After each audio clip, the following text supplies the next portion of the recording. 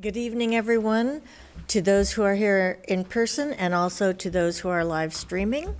I will ask our board secretary to take a roll call vote to establish a quorum. Thank you. President Craighead, Here. Member Benitez, Here. Member Lopez, Present. Member Miller, Here. Member Otto, Here. and Student Member Arroyo. Here. We have a quorum. Thank you. And now I will ask our student representative from Sato, Mr. Ryan Henschel, to lead us in a pledge. You got a big Sato contingent. Place your right hand over your heart. Ready? Begin. I pledge allegiance to the flag of the United States of America and to the republic for which it stands, one nation, under God, indivisible, with liberty and justice for all. Thank you. You may now be seated.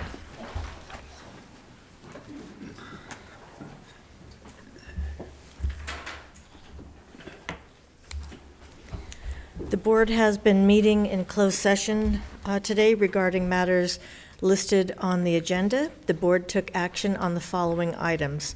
On item 3.1, the board voted 5-0 to approve the readmission of student ID number 20112822. On item 3.2, the board voted 5-0 to approve the release of one classified employee and voted 5-0 to approve a resignation agreement for one certificated employee. We are now at adoption of the agenda. Ms. Takahashi, I understand you have an item you'd like to discuss? I'd like to request that item number 4 on purchasing and contracts report be pulled. That's agenda item 14.5 of the consent calendar. Okay, so just item number 4. And that is from 14.5, the purchasing and contracts report. Oh, give me a second. Did you want to see which one that is?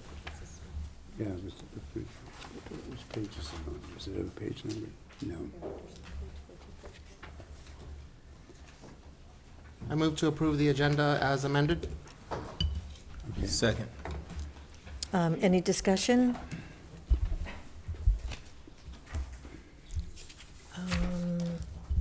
All in favor?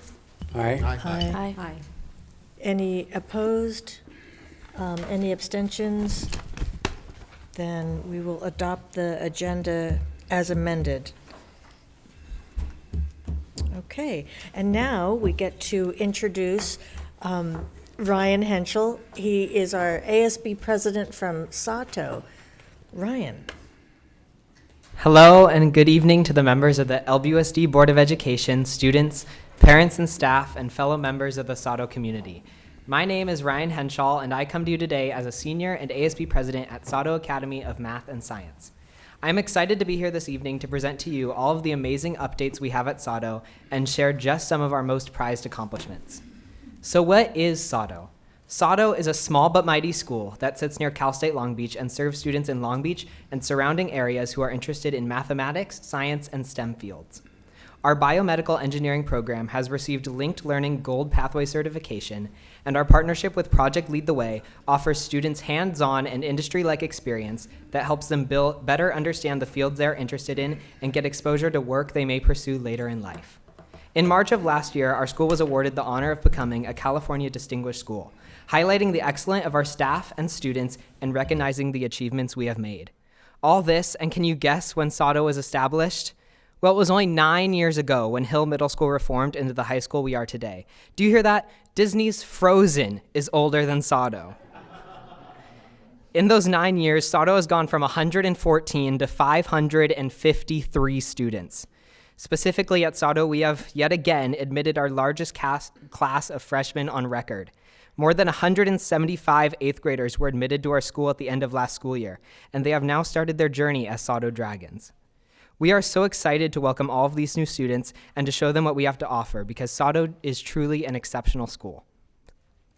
There are many things that make Sado special. For one, I bet there are almost no other high schools where you can hear a rocket engine go off while you're trying to dissect a cow's eye.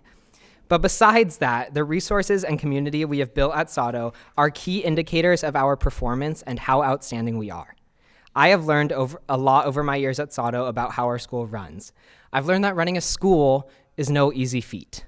From making sure traffic is safe and steady to ensuring students have positive and quiet spaces to work and learn, there is a lot of time and dedication that goes into making Sado special. One of the great tools our school has is Period 8. At Sado, all students have an unscheduled 8th period. With this time, it allows our students to attend teacher office hours where they can ask questions, get tutoring, or have a structured space to work. Or if they would like, they can use their time to visit our counselor, Mr. Molliwatt, or our college advisor, Missy Mai. This allows our students to access resources they need and to make sure they are staying on track if they fall behind. And of course, all of the stress of school can become overwhelming. And so the Dragon's Den and our social worker, Miss Katie, are some of our great resources and staff that students can access if they have questions, need help, or just need a space to unwind and be themselves. Of course, none of this work would be possible without the efforts and support of our amazing staff. In addition to Mr. Molliwatt, Miss Amai, and Miss Katie, there is a whole team of incredible people that work together to make sure our school runs at its finest.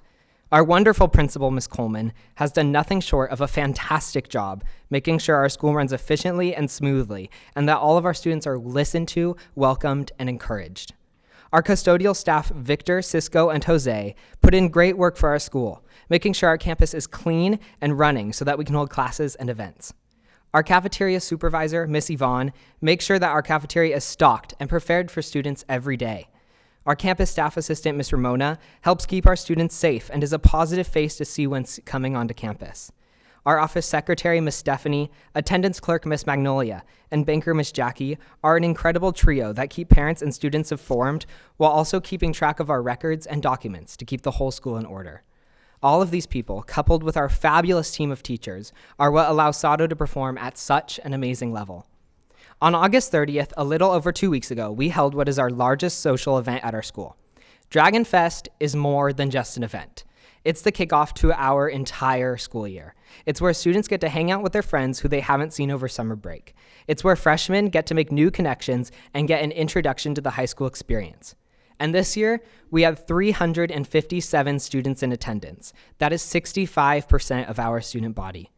This event is a great opportunity for our students to get excited about the new year and engage with their peers, and it couldn't be done without the work of our office staff and ASB director, Miss Oliver. As ASB president, I have seen the work that these amazing people put in to make sure events like Dragon Fest can happen. From purchasing decor to alphabetizing permission slips, there's a lot to do for the biggest event of the year and for all of our events, and I'm glad to be able to work with them every day. Even still, ASB never stops, and our club rush is next Friday, where students will be able to explore what all of Sado's extracurricular groups have to offer. My journey at Sado has experienced all of these things, and I am glad that I've been able to watch as our school grows and achieves and yet stays the same welcoming, tight-knit community it was when I came to a freshman in 2021. At Sado, I've held various positions on campus, including a member of our NHS chapter, Green Team Vice President, Red Cross Secretary, and now ASB President. It has been an incredible and wild journey. Coming to Sado as the first year out of the COVID-19 pandemic, I did not know what to expect. No one does when going to high school, but especially not when you have spent a year and a half on Zoom as a gray rectangle with a muted microphone. But Sado offered me more than I could have asked for, and I am so glad I came. Because of what I've learned at Sado, I plan to go to college studying genetics or molecular and cellular biology, and I am so grateful for the opportunities and biomedical teachers that Sado gave me that helped me realize those dreams. And now, before I go, I have to let you off in true Sado fashion with a joke of the day. How did the Dragons achieve so much? Because they were so talented.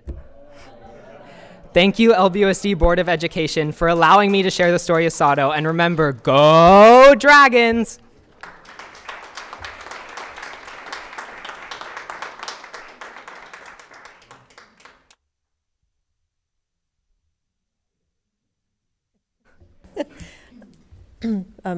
Colleagues, did anybody have Dr. Benitez? Thank you, Ryan. I particularly appreciate your acknowledgement of everyone at your school that plays such a vital role in our education, right? I think it's a good reminder for all of us, including our community members watching, that there's a lot of unseen and oftentimes unsung heroes at school that all play a pivotal role in your well-being and your education. So thank you for acknowledging that. Yes. Well, first off, I just wanted to congratulate you for all of the great work that you're doing for your campus. But it did make me a little curious here, and so that's just part of my question. I'm sorry for the outside of the box question, but I'm just curious. So you're involved heavily with SADO. When do you think you took on how old were you when you took on your first leadership role? And what was it? In middle school, in 6th grade, I ran to be vice president of my middle school student council, and I won that election and held that position for all 3 years in middle school. Oh, there we go. Okay. Just curious. Thank you. Yeah, thank you. What are the plans once you graduate from SADO?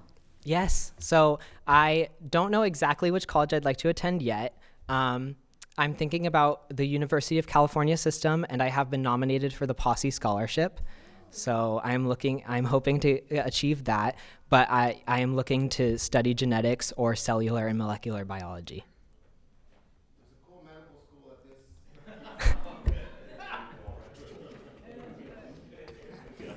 this. That was a shameless plug by Dr. Benitez. Thank you for being here tonight. And, did somebody else have anything? No. Thank you for, A question. Mr. Otto. Yeah, I was a little confused. I thought you said you, in 6th grade, were elected to the council, and you were in that position for 3 years. Did you ever go to 7th grade? I held the position for 6th, 7th, and 8th grade, yes. Thank you for that clarification. Of course. Thank you for being here and sharing your experience. As Dr. Benitez said, acknowledging everyone at Sato, and it truly is a special school. So, let's see. Yeah. I think we need to take a photo. Oh, right. Yes. Would you like to acknowledge somebody who's here with you in person? Yes, I would like to acknowledge my father.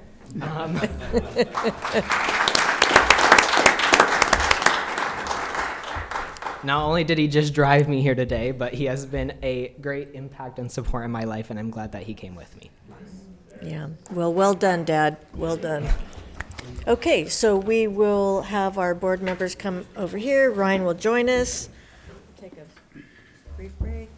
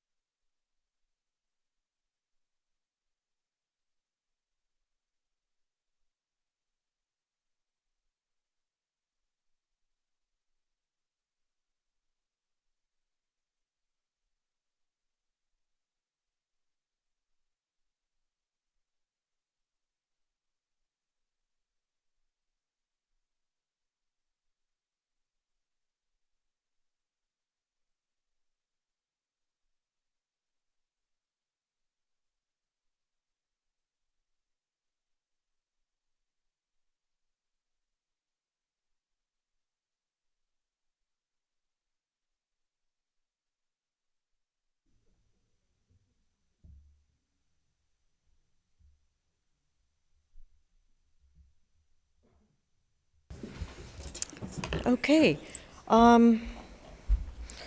So you're welcome to spend the entire evening with us.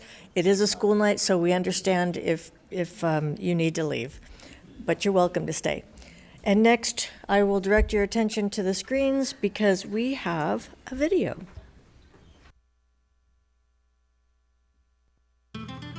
The Ballet Folklorico program has been at Oropesa since 2019.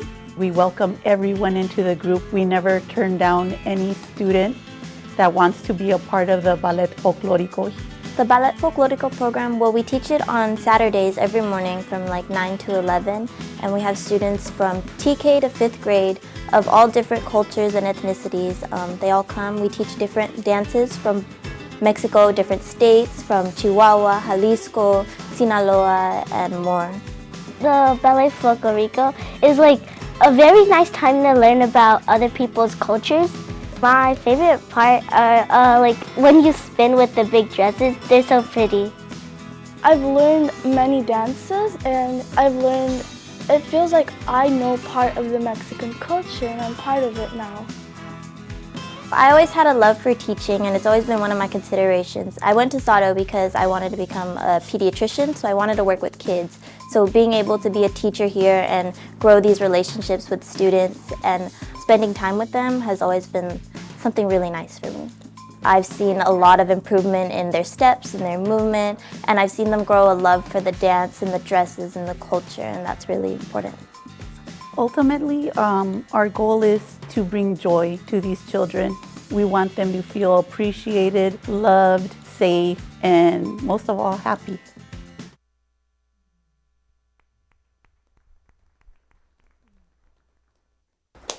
That is a nice segue for something that Alana will be presenting to us. So I'm going to hand things over to you. Latino Heritage Month takes place September 15th to October 15th every year as a time to recognize and celebrate the many contributions, diverse cultures, and extensive histories of the American Latino community.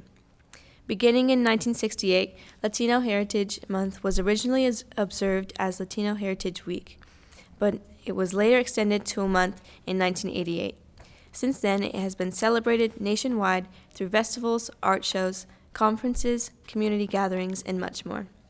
The month also celebrates the Independence Days of several Latin American countries, including Costa Rica, El Salvador, Guatemala, Honduras, and Nicaragua on September 15th, Mexico on September 16th, and Chile on September 18th.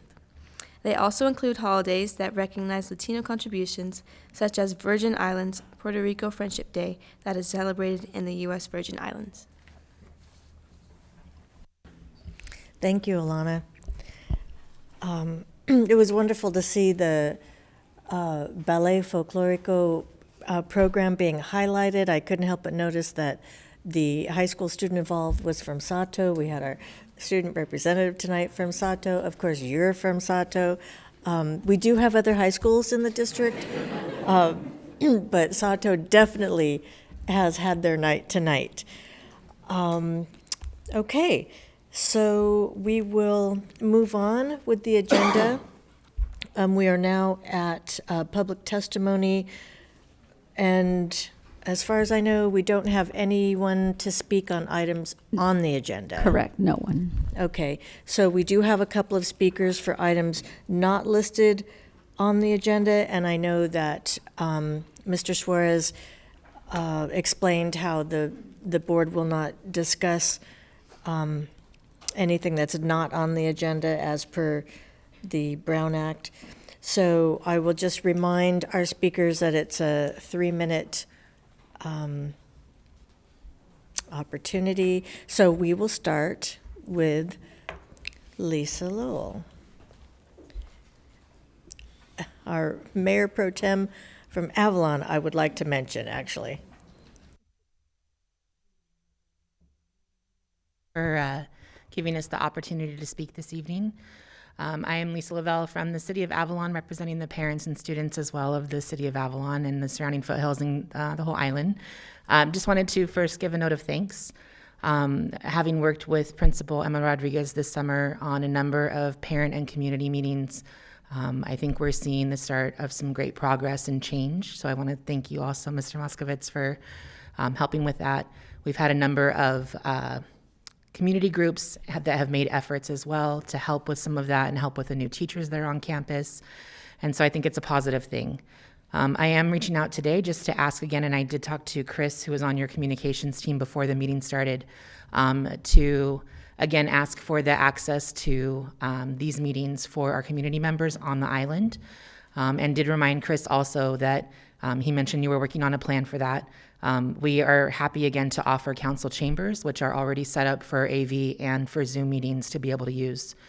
So if that would be of benefit and help, we're happy to offer that as a service from the community. But thank you again for the work you do. I appreciate the time, and have a good evening and a good meeting. Thank you. Our next speaker is Annette Quintero. Hi, good evening. My name is Annette Quintero, and I'm a teacher at Poly High School and a TALB board member. I'm here to discuss the inadequacy of the district's existing heat mitigation strategies and to ask that we develop a heat mitigation action plan that is more long-term. At Poly, some of our offices and classrooms reached over 98 degrees in Fahrenheit several days earlier this month when we went through that heat wave. Our administrators and teachers did everything that they could to keep students and staff cool, but it was just not enough. The conditions across the board are dangerous and unacceptable. And very contrary to what was said, the district statement that was read by NBC News, who was in front of our school, about ensuring health and safety. I checked the temperature in my classroom, and it ranged between 94 and 98 degrees without students. Other classrooms were 97 degrees. And that's without students. So I ask you to imagine what it's like with 37 plus kids in a classroom, all wearing hoodies, by the way, for some reason. This issue also extends beyond non-air conditioning classrooms. A lot of teachers across the across the school district stated that they were having issues with their air conditioning units not cooling enough or not working. So this is why I'm asking that we develop a heat mitigation action plan that will deal with increased heat. A lot of other places have established snow day or heat days akin to snow days or have done distance learning. I do appreciate everything that has been done with the water, but we don't, with the water dispensers, but not all classrooms, like special ed offices like mine last year. I didn't have a water dispenser in my office, and I service students in there all the time, and we never got water cups. We haven't had water cups for 2 years. Box fans, we got one, they were in limited supply, and it was one per classroom. So I ask that we think of those temporary solutions and try to expand them, but also develop something long-term. And yes, thank you. Thank you. I do see multiple staff members taking notes. I just thought I would mention that part. Okay, next on the agenda, we have reports on our superintendent advisory groups. We'll start with the Business, Budget, and Policy Development Group. Dr. Benitez. Yes, very quickly, Madam Chair. Our executive team members updated us with the plan for moving forward with policies under consideration. We should have our first few policies at our next at our next Superintendent's Advisory Group meeting for consideration. So we'll follow the same process that we did the last school year, which is that policies that require further discussion, we'd get at least one school board meeting in advance. Others that require just us being in compliance or codifying practices the district's already doing, then those would be in the consent calendar. Thank you. Thank you. Next, we have instruction and student learning supports. Ms. Lopez. Yes, so we discussed 3 different areas: support for EL students, ELD course placements in secondary schools, and support for our SPED students.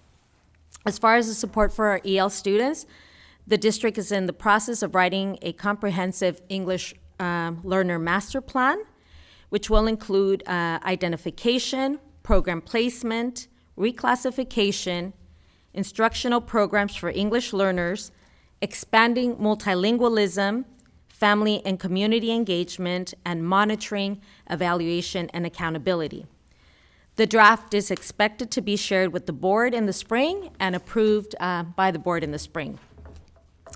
At the middle school level, there are approximately 1,300 English learners in the supplemental college career readiness ELD courses, and at the high school level, approximately 1,100 English learners in supplemental advanced ELD, global art studies ELD, and modern world history ELD courses.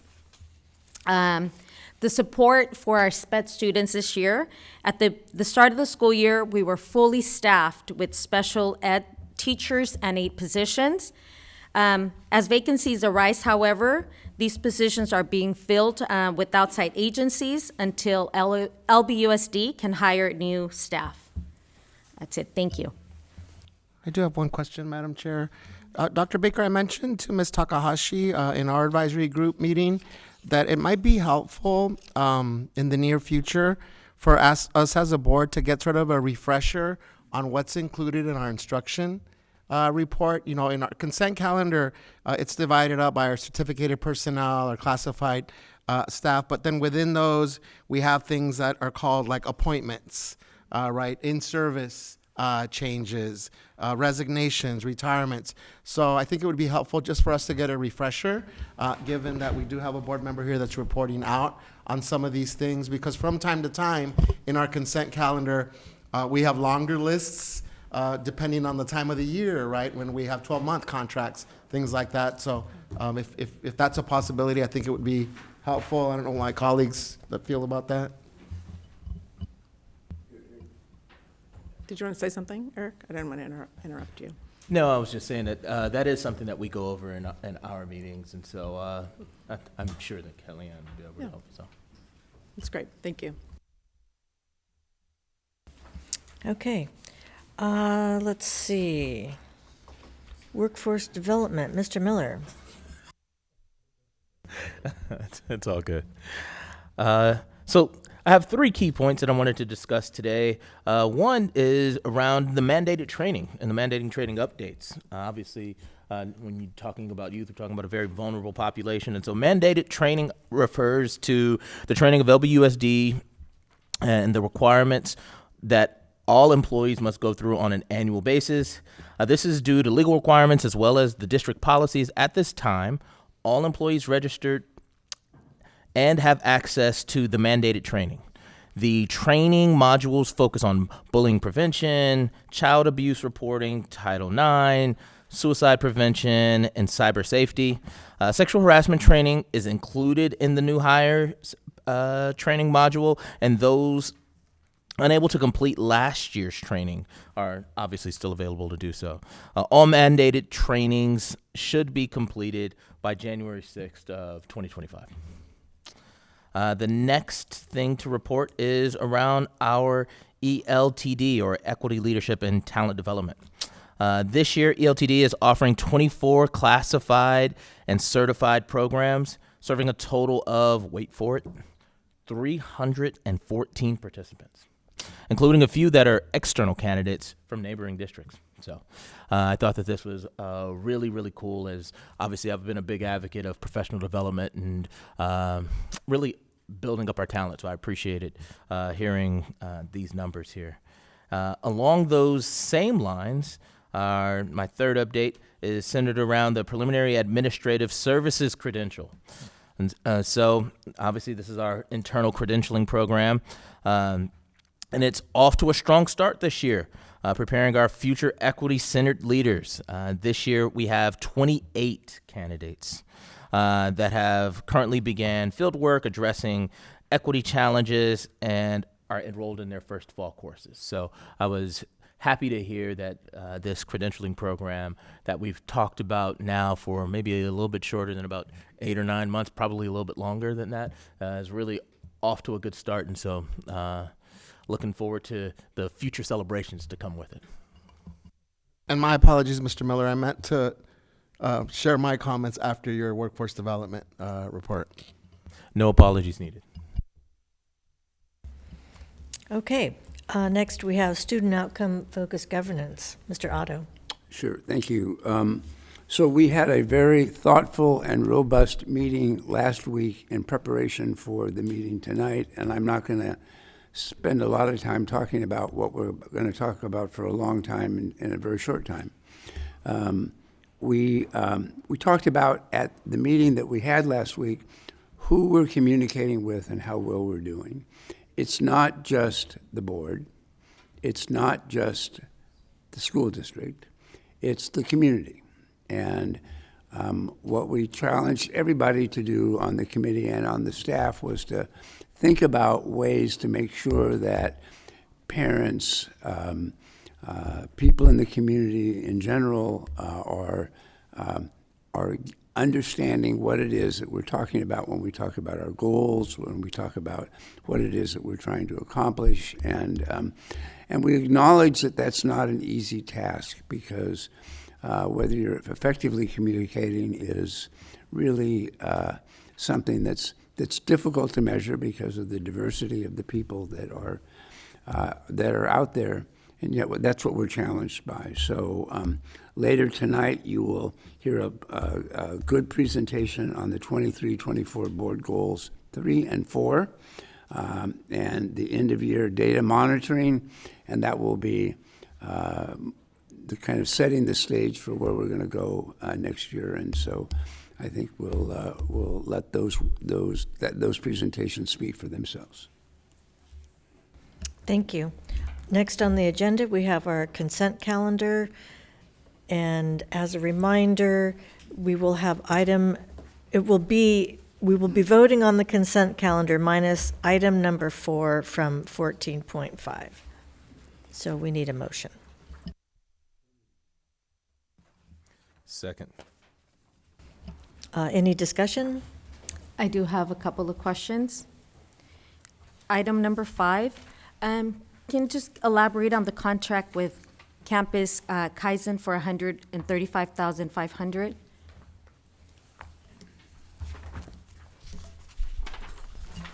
Yes, that contract is for our case management software that houses all of our investigation files. And so right now we're trying to contract with them in order to have an official system to catalog all of that. Okay, thank you. And then items 21 and 22, there's 2 different contracts with Stepping Stones. One for $4,500,000 and another one for $4,600,000. But they appear to be for the same thing. It's to the same company. So I guess my question is, why 2 separate contracts? And then they both are retroactive to July. So my question here is also, is the staffing support already on site, or will after tonight come to site? Yes, so Stepping Stones provide support. You'll see 21 is for academic staffing support for students with exceptional needs, and so that helps us staff our instructional aides. And 22 is for behavior intervention academic staffing, so that's for our behavior instructional aides. And we do that just so that we can keep our expenses monitoring how we're using the contract. And the contract is retroactive, and yes, we've already started using the services. Any further discussion? In that case, I'll ask our board secretary to take a roll call vote. Thank you. Member Lopez? Aye. Member Otto? Aye. President? Aye. Member Benitez? Aye. Member Miller? Aye. And student member Arroyo, preferential vote? Aye. Thank you. That passes 5-0. Thank you. And next, we have our staff report, where we will have a presentation on the, or our last look at last year's data. So I'll hand that over to Mr. Moskovitz. Thank you, President Craighead. So you just alluded to, as did Mr. Otto a moment ago, we are 16 days, I think, officially into this current school year. we're going to take the opportunity this evening to look back at the final data from the 2023-2024 school year. And Dr. Madrigal in a moment will explain why it's in September that we're looking at things like grades and A through G rates. I do also want to just point out, I'm looking at the monitoring calendar that you all approved for 24-25. It's on our district website under the board goals, the Board of Education goals. Starting in October will really be the kickoff to looking and thinking about the 24-25 data.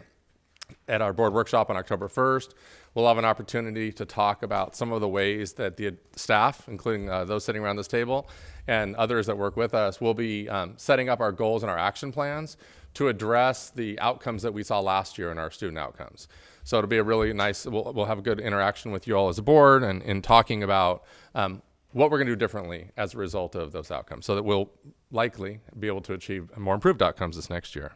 So with that, I'm going to hand it off to Dr. Madrigal. Her and her team have done some tremendous work in getting ready for tonight so that we can wrap up the 2023-24 data. So Dr. Madrigal. Thank you. Good evening, Board President Craig Head, board members, Dr. Baker, senior team members, and the community that is with us today, or those watching from home. Thank you for the opportunity to bring some information in regards to the end of the year data monitoring. I know that we're about 3 or more weeks into a new school year, but it's important to look back and review our student outcomes data. Therefore, our focus for today will be to look specifically at our data that will wrap up reporting on board goal 3 and 4. And we want to emphasize that the data will specifically be to center our goals, our board goals. So although we monitor all our subgroup data, today we will focus on our centering our Black students in comparison to all other students. With that, we're going to go ahead and get started. Our first reporting on board goal 3 has to do with algebra proficiency. So just to remind everyone, board goal 3, it states, in pursuit of having more than 80% of Black African American students meet the algebra A through G requirement by the end of grade 9, the proficiency gap between Black African American students and all other students will decline from 5% in June 2023 to 0% by June 2028. We do have some leading indicators, and just a quick definition of what a leading indicator is. Leading indicators are those early indicators that provide sufficient progress monitoring to let us know, are we on the right track to meeting our goals? So our leading indicators for board goal 3 are the ABC rate in grade 8 and grade 9 algebra at the end of year, iReady math placement, math, grade 5 and middle school math grades. And if you recall, in March, we did have an in-depth presentation in regards to the paths or the variations that exist in terms of reaching that algebra proficiency. So how do students fulfill the algebra A through G requirement? We've had historically 2 main paths to fulfilling this proficiency. One being the accelerated math path, and the second being our standard path. And the visual provides a quick overview of what that would entail starting in 6th grade for both paths. And our primary way to monitor progress towards meeting these goals, the 27-28 goal, is to follow a cohort. So last year, our cohort was our grade 5 students who are now 6th graders. So that's why we're looking back at their 5th grade data. And in order to meet that target goal, as indicated in that circle, the orange circle, it's really important that we continue to monitor our targeted cohort. And one of the ways that we are looking at our targeted cohort is that we're looking at specifically monitoring our students. So again, it's our current 6th graders and looking back at their grade 5 data. And so what we're looking specifically in terms of interim goal is that we're looking at the percent of students that are on or above grade level for iReady math in the domain of algebra and algebraic thinking, and those that a percentage of those that reach the 3 or higher on their achievement reports, which the achievement report is equivalent to what I would say at the secondary level, a report card. And our wonderful monitoring calendar that Mr. Moskovitz referenced, we are showing this visual to remind everyone that We provide the diagnostic assessment at different times of the year. Last year, we have noted the times that it was administered, along with the instructional weeks that were provided to our students. Something to note is that this year, when we provide our update on our board goals in February, we will be able to look at data and it will correlate and align with the timeline, because the instructional weeks will match what we did last year, as well as the approximate times that we administered the assessment. So that will be really good information for us to look at carefully in February. So our first data point is looking at grade 5 iReady algebra domain. I do want you to make note of this. This will be the last time that we report on this specific leading indicator, because again, our cohort of students are now in 6th grade, and we will not be looking specifically at their grade 5 iReady. So what we want to take a look at is a couple of data points. Takeaways are that when we look at our Black African American students as it pertains to this specific domain, we saw that Black African American students grew less compared to all other students from D1 to D3. The gap grew to 16% from D1 to D3, but something that I do want to highlight and note is that although we did see that the gap grew a little more, it's important to note that we shifted more students from Diagnostic 1 to Diagnostic 3 that were 3 or more grade levels below, and we moved them over, trending in the right direction. So that is something that we do want to highlight, that we are moving students out of that levels that are significantly below. Just a quick clarifying question, Dr. Madrigal. So, making sense of that last point that you made. So we are moving more students out of the 3 or more grade levels below. Does the gap increase then mean that other groups are moving out at even a higher rate from the 3 or more grade levels below? When we looked at the gap, when we looked at the percentage of students that were moving, we looked at all students in particular. So I would have to look specifically at the percentages for each of the subgroups. But just in looking at this visual, if you take a look at Diagnostic 1 for that darker orange color, so I'm looking at the 30%, the 19%, 30% African American, 19%, comparing it to Diagnostic 3, we're seeing a trend in we're moving kids out of those areas, and that's what we want to see. Now we're going to take a look at Semester 2 Achievement Report for grade 5, specifically what we would consider grades, but keep in mind that at this level, students are issued a numerical value, a 1, 2, 3, or 4, instead of the A, B, C, D, F. So in looking at the percent of students that received a 3 or higher, because that is what we call out as a leading indicator for this particular goal, we noted that there was a 13% gap between our Black African American students and all other students earning a 3 or higher. And our Black African American students were less likely to receive a 4 or 4, so 18% fewer compared to all other students. So that's something that we want to continue to monitor. And as we go through this presentation today and we start looking at middle school, you will see that we're going to start to see a little bit of a correlation between the percentage of 4s and the percentage of A's that are issued. So just something to keep in mind. So for grade 5 target cohort summary, in terms of, we want to just call out that 57% of our Black African American students, compared to 70% of all other students, earned 3s and 4s, which meeting or exceeding standards or math grade 5 achievement reports. However, only 27% of our Black African American students, compared to 43% of all other students, scored early on to mid above grade level on the iReady algebraic thinking domain. Therefore, it is recommended that continued monitoring is needed for these students that were in 5th grade and are currently in 6th grade and are now all in accelerated math. So that is something we want to just call out. And we also want to continue to pose this question. We did present this particular question at our previous reporting in March. that we need to consider other student outcomes data that is available when we think of what other student data can we monitor to know if our students are on track to meet the goal in 2027, 2028.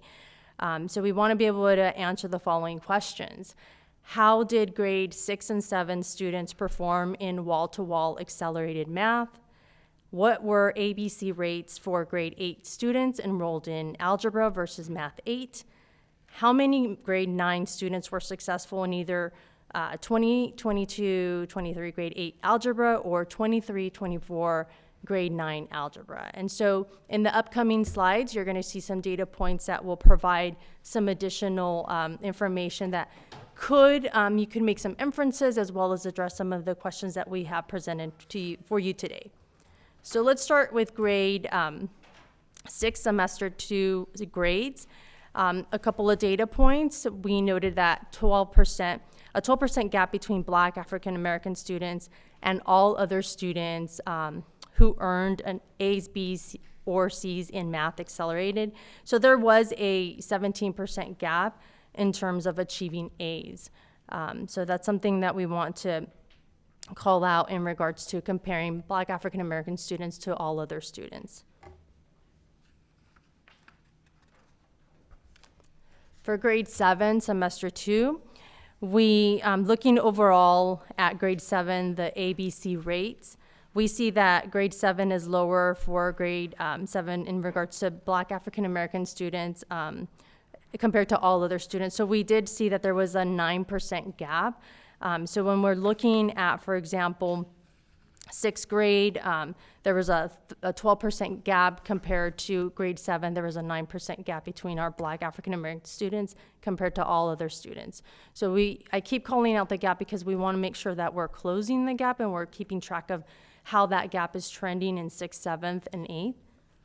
So the pattern persists where there is a large difference in terms of achievement as it pertains to the A's. When we did an analysis of how many A's were being issued, for example, to our Black African American students compared to all other students, there was a correlation in regards to what we were seeing, patterns in how students in grade 5 were being issued. Specifically, Black African American students were receiving less 4s compared to all other students.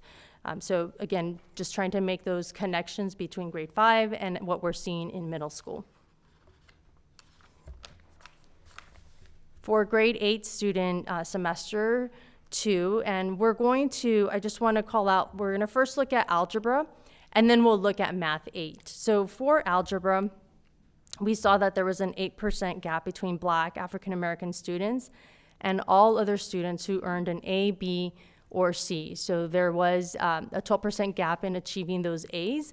Again, calling the percentage of A's being issued to Black African American students compared to all other students. So a 20% versus a 32%.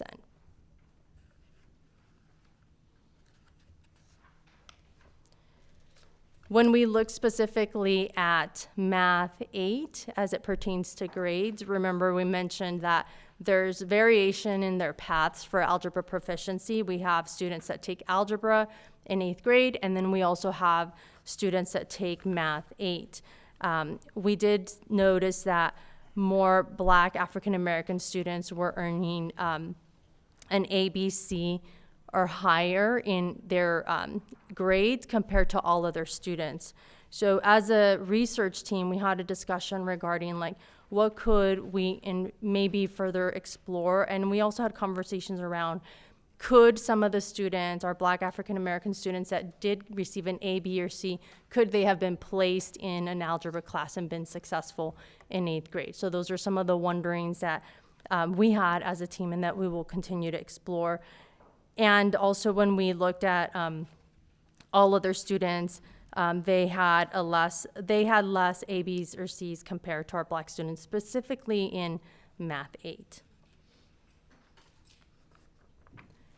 So now moving on to grade 9 algebra semester 2 achievement, we saw that we had there was perhaps we had 3% more Black African American students who earned an A, B, or C in 9th grade in algebra. Remember that not all students took algebra in 8th grade. Some of them took algebra in 9th grade. So we also called out approximately 1,800 students enrolled in algebra in grade 9. I know that was a question that was asked in March, approximately how many students enroll in algebra at the high school level, with almost half not earning an A, B, or C. So that's an important data note to think about. Although they enrolled, we have to consider the type of grade that they're receiving, because part of our board goals is to also, for board goal 4, is to also keep track of the A through G rate and ensuring that our students are meeting the A through G requirement.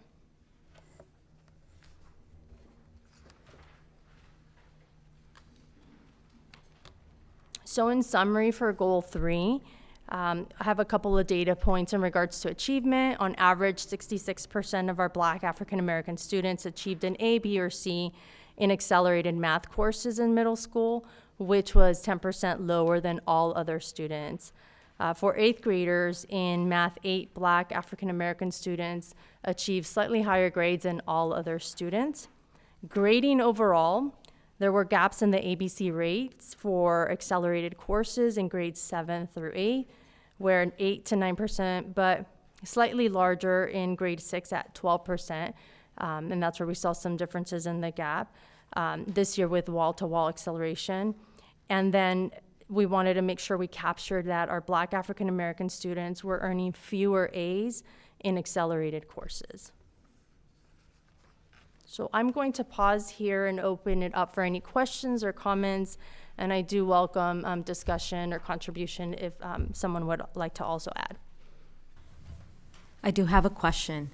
So now that we have a wall-to-wall model with accelerated math in the middle school, what support systems do we have in place to monitor students who are not being successful?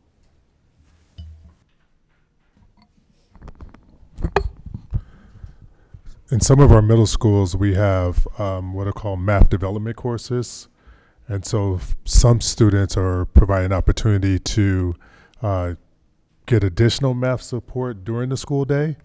And it works best in some schools that actually have maybe 7 periods or a block schedule, because then kids are still able to have their elective class as well. But then we also have some schools that are implementing an advisory period. And with the advisory period, they're finding some opportunities to provide additional support to kids, along with teaching some advisory lessons, but they're also taking advantage of maybe 1 or 2 days a week to have some targeted math intervention as well at some of our sites. We currently have 1,200 students participating in those math development courses in middle school. Dr. Lund beat me to my question. Okay. Yes, Dr. Benitez. So this may also help for goal 4, even though we're not on goal 4 yet, Dr. Madrigal. So in essence, we're based on 2023-24 data, we're still seeing large gaps between our Black students and all of the students, whether we're looking at grades, whether we're looking at iReady scores, proficiency, and or other academic indicators. I want to highlight that because that's the reason that we prioritized Black students, right? So the news around gaps isn't news, right? It's a systemic issue that pervades our district, not only our district, all districts across the country. But I want to highlight that because there is a context here. One of the things that you and your team have been super great at and successful at is giving us data, right? Data that we know takes a lot of energy and effort, particularly around the board goals that we established. So kudos to you and the team. I think another great example of us intentionally wanting to eliminate these gaps and see overall improvement for all students is that you've also told us why the specific data sets that you're showing us are important, right? Whether as leading indicators or summative data or what have you. But I think it's important to know why are we looking at these data points, right, in the midst of a bunch of other data that we have among students. I think to build on Mrs. Lopez's question, two areas that now that we have this first year behind us and we're moving into our second year in this year's monitoring calendar, that I do have, not for a specific answer today, Dr. Madrigal, but just want to get you and or the team's thinking is we have the data, but I don't think we all are always, and I'll speak for myself, clear on what the data is telling us. All right, I see a gap here. I understand there's a gap. There's a broader gap in some grades with some indicators, less of a gap, and we just talked about the move from D1 to D3. So I think what I'm looking for in this upcoming school year is sort of a deeper dive into what is it that the data is telling us right now that we have these indicators from last year, and then I believe I-ready testing is going on right now as we speak in our schools. Connected to that, to me, ultimately, the most important part of this, because we have data, because we're using the right data points, and because we at least have the baseline for what the data is telling us is, ultimately, I think, and I'm speaking for myself, but I think on behalf of our collective board here, because we voted on these board goals, is, are we seeing the growth, the improvement that we want to see, right? Because we all agreed that we weren't going to wait till 5 years later to figure out, did we get there, right? So I guess what I'm asking sort of the team's thoughts is, how do we know that we are seeing, what we want to see? Whether, again, it's growth or proficiency or acceleration or improvement in broad terms, right? What are our thoughts here? Because when we do get that data, I'm expecting in October, and then whatever follow-up data, what should I be thinking about as a board member, right? Is in some areas there might be 3%, 4%, 5% growth. What should we think about in those areas that we're not seeing potentially the growth and the improvement that we want to see? So just broad question here as we move into board goal 4 here. I wasn't sure. Yeah, we're doing a little eye contact. So two things come to mind, Dr. Benitez. First of all, you may recall, and we can bring these back as we start this next school year, but in addition to the board goals, then with the support of our research team, we also developed interim goals for each year. So we're not just measuring against what do we hope to achieve in 2028, but we actually have measurable goals, interim goals for each year. And that's some of what you're seeing right now. For example, we had a goal around 5th grade algebraic thinking scores on iReady. And we specifically chose that as an interim goal because we thought that might approximate ultimately our students able to achieve by 9th grade in algebra. We know it's not a one-to-one correlation. In fact, we had never looked at that data point in that way. So that was a little bit of a testing out on our part. But we do have those interim goals, and we'll bring those back in October and in through this next school year to measure, are we making progress on the interim goals towards the board goals? The other thing I think that's really important that what I heard you say is when we see that we haven't maybe met our goals or that we have, part of what we need to ask ourselves is what is the cause of that? And we often in education, we talk about the root cause analysis. What do we think ultimately, what is the most essential reason why we did or didn't achieve that? And then across the school levels in OCIPD and OSSS, what are we gonna do differently as a result of that? What are gonna be our key actions, our key levers that we're going to push on to get different results the following year? And so again, as we continue into this next year after today, you'll see us bringing back those interim goals so you can be very clear on what we're trying to measure for this year. You'll hear about the actions that the adults are taking to change outcomes for students, because if the adult actions don't change, student outcomes won't change. So you'll hear about the adult actions that are part of our root cause analysis. And I think that we'll continue in that conversation. So that's my initial response to your question. And again, I invite Dr. Madrigal or others as well.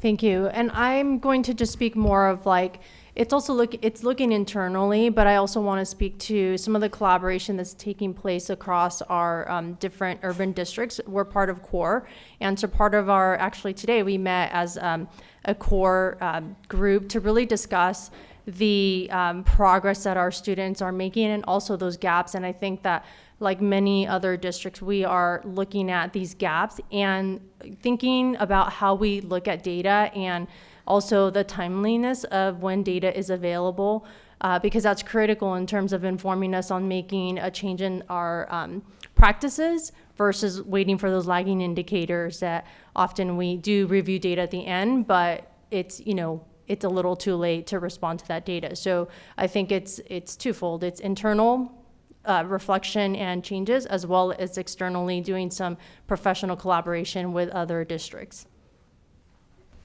I appreciate you referencing CORE, because in our consent calendar on the purchasing and contracts report, there was an item, a budget item for that.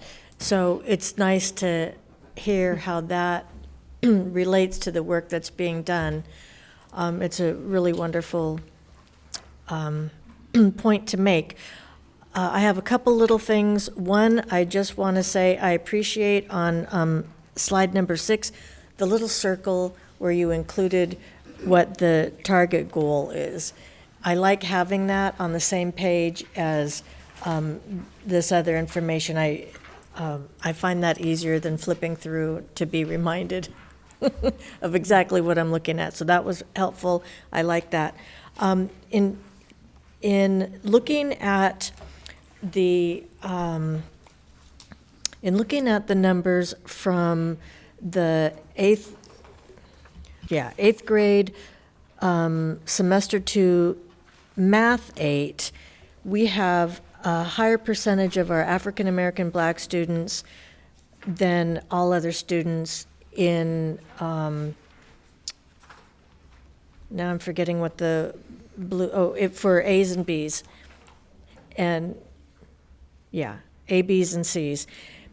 And also for grade 9 algebra semester 2 achievement in A, B, and C's.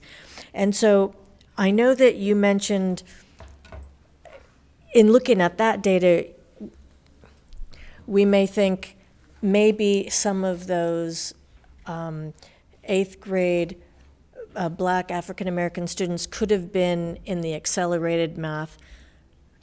I guess I will call that just accelerated math. Yes, algebra. But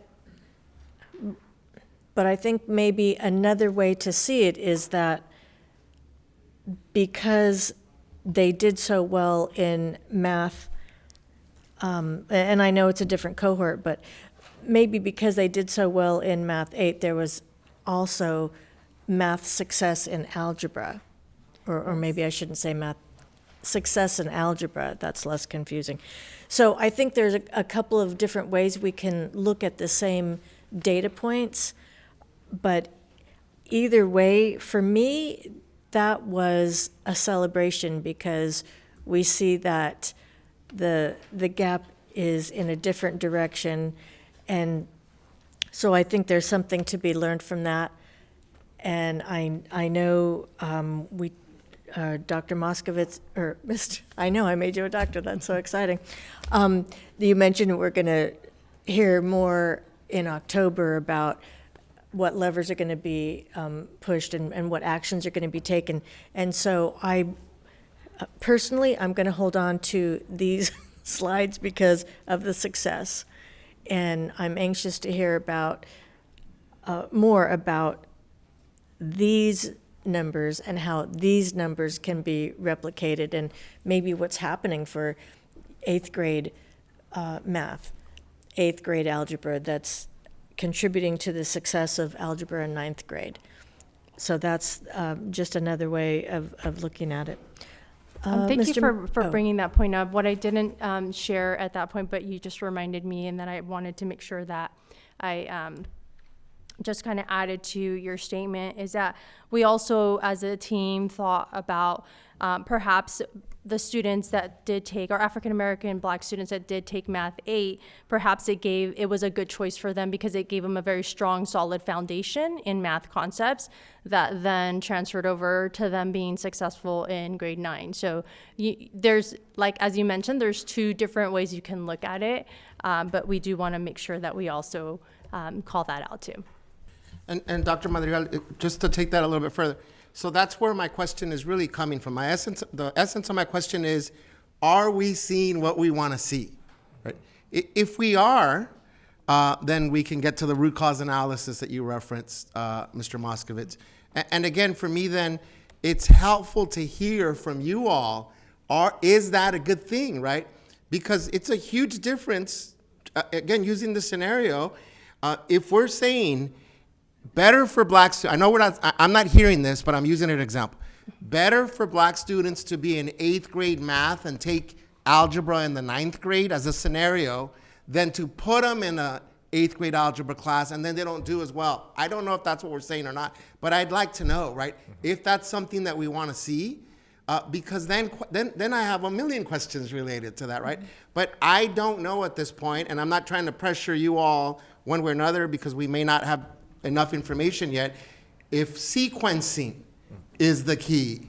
I don't know if teaching math differently, pedagogically to Black students is the key, or in the combination of the key.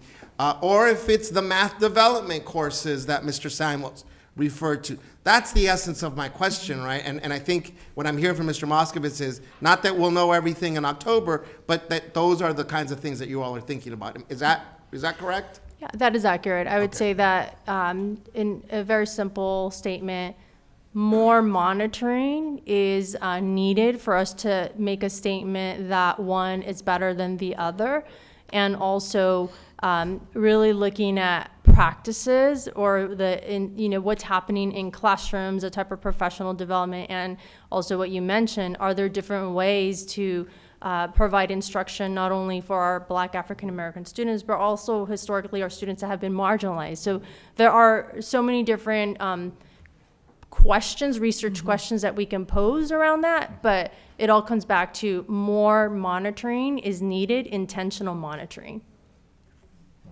Mr. Miller.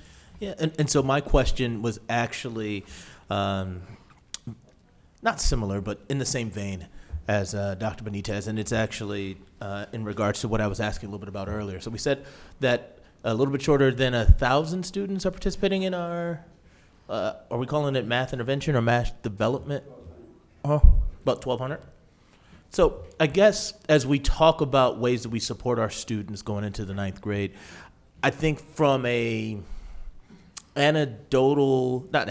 from an intervention standpoint, I think that it'll be helpful to know what the percentage of African American students that are participating in those intervention program. I don't know if intervention is the right term. Support. Math development.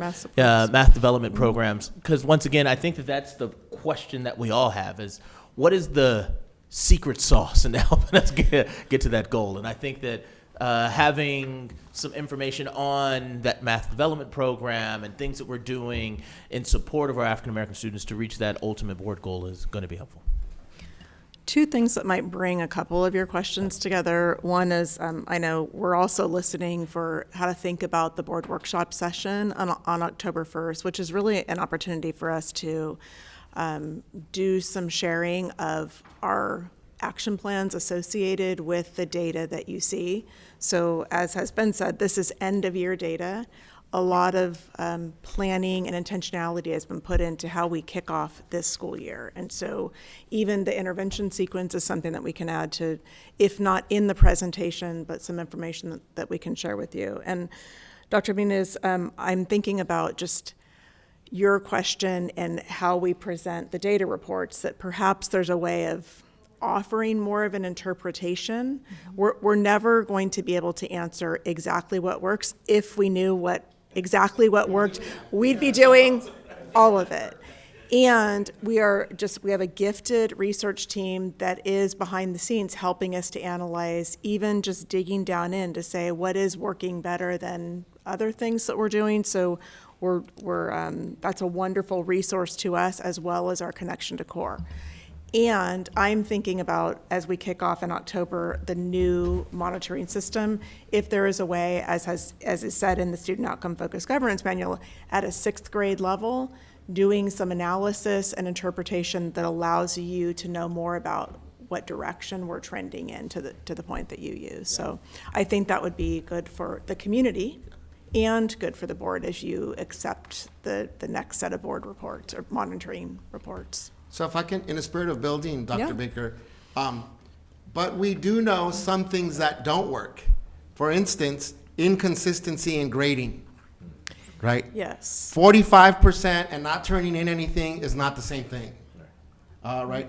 Policies around when students are not in class or are absent, can they make up work and consistent? So again, it's not a either or here. And at the same time, and again, that's why I'm encouraging the team, keep reminding us of those things that were pivotal, right?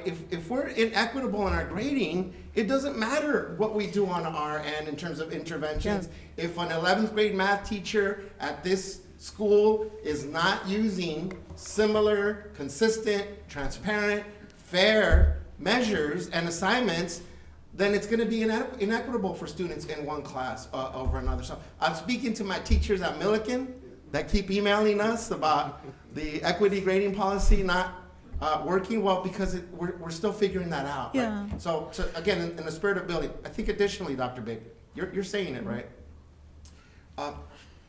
It's really important for me to hear about, even if it's initial correlations or interpretation, because I worry that then things like, I'm going to say it, right? Like Latino Heritage Celebration, right? We check off and we say, that's great, that's fantastic. I think all of us here support that. Where does that fit into our educational outcomes? Sankofa, right? Cultural celebrations. I think it's a holistic approach, but that's where I think the nuance on what are we preliminarily thinking is working, because if it's 1,200 students and half of them or a third of them or whatever percent are black, and then we're seeing tremendous growth and acceleration, even when we haven't figured it out completely, Dr. Baker, from my perspective, there are things our district is doing really well, but there are also things in the research, Dr. Madrigal. Yeah. We've heard it, right? Project-based learning. Mm-hmm. All right? We don't have the funding and the resources to do it across all schools, all grade levels, but the research shows project-based learning works. So how could we sort of think about those things? Small learning communities, right? We hear all these fancy academic research terms. So I don't want to discount or dismiss, Dr. Baker, and I know you weren't saying this, that we don't have an idea, because then it's like, oh, then what are we doing here, right? We do have an idea, but I think this is where funding, prioritizing, equity, and how we think about where we're sending our revenues are important, so that when we think about why do we have certain programs at certain schools, we talked about our Sato superstars in here. We can have Satos all over our district that have their own specialization, that have their own strengths. All right, and so that's where I'm coming from in the spirit of, okay, tell us something about this data too, when you're ready to. Yeah, and so thanks for the clarification. I'm certainly not saying we don't have an idea. Taking, one of the things I wrote down is when you hear the voice, when Dr. Madrigal shared about grades, I mean, part of that is addressing issues of bias. It's, when you look at an achievement report for an elementary teacher, what are they looking at to determine grades? When you look at our secondary schools, the practices of grading have a huge variation in the past, and part of having a policy around equitable grading and then implementing at the classroom level is to bring less bias. While we can never completely eliminate bias, But there's a lot of bias in grading, and there's a lot of bias against Black African American students that shows up in different ways. And that isn't an indictment on an individual person. That is a systemic problem. That when you take something like a policy that you all have set forth and implement it in a way that reflects quality teacher practices, a research base, you learn your way into it, but you start with a few things that we know we can do to be more consistent. I would expect less bias to show up in the grading practices, which has a research foundation to it. So yes, and I'll say, and in our reports, we can probably do some collaboration that brings forth a little more interpretation in a way that offers insight as to what direction we're trending and what other kinds of aspects of data are helping us to make sense of our student outcomes. Thank you. Just a little clarification before I go to Ms. Arroyo. So for the equity grading policy, that takes effect starting this school year, 24-25. So these results do not reflect the equity grading policy, but the results that we'll see. Yeah. Yes, we have entered into several expectations to our first implementation of the policy this year. That's going to include a lot of learning and gathering a lot of feedback from teachers, and we have some systems in place to gather that feedback. So when we speak in the board workshop on October 1st, that's another thing that we could highlight as part of what will take place this year with the grading policy implementation. Okay, thank you. Ms. Arroyo. Yes, I just wanted to ask what is currently being done or what systems are currently in place to close that gap that we're talking about? I would say one thing that we're focusing on, and this is actually K-12, but we have what are called key priorities that we're focusing on. And so we are focusing on, number one, culturally relevant and sustaining teacher and leader practices. And so we're starting off with our administrators. We are hoping that filters down to our teachers as well. And we're also focusing on our second key priority, which is culturally affirming classroom and school environments. And so when those two areas change, then we will see change for our students, because then some of the biases that Dr. Baker referred to will be less apt to occur. And then we're hoping that even with some of our teachers who are going through QCI training this year, within that training, they will have some opportunities to take a deeper dive into some of the culturally relevant and sustaining practices content, and pretty much resurrect some of our previous equity work that we've done as a district, and really kind of bring that back into our classrooms and make it alive for our teachers. I think it's a great question, Ms. Arroyo, and I appreciate you asking. And actually, it's a perfect preview into where we're going to go on October 1st. Because, today is looking back at the data, really analyzing the data. We're not waiting until October 1st to take action. We've actually been taking action since August through the summer. You're going to hear from Dr. Lund about teacher training, specifically zeroing in on our 6th grade math teachers to make sure that they have the skills necessary to support students from the beginning of middle school. You'll hear about that. You're going to hear from Mr. Zaid, Mr. Samuels about the culturally responsive practices. You're going to hear about the systems of monitoring.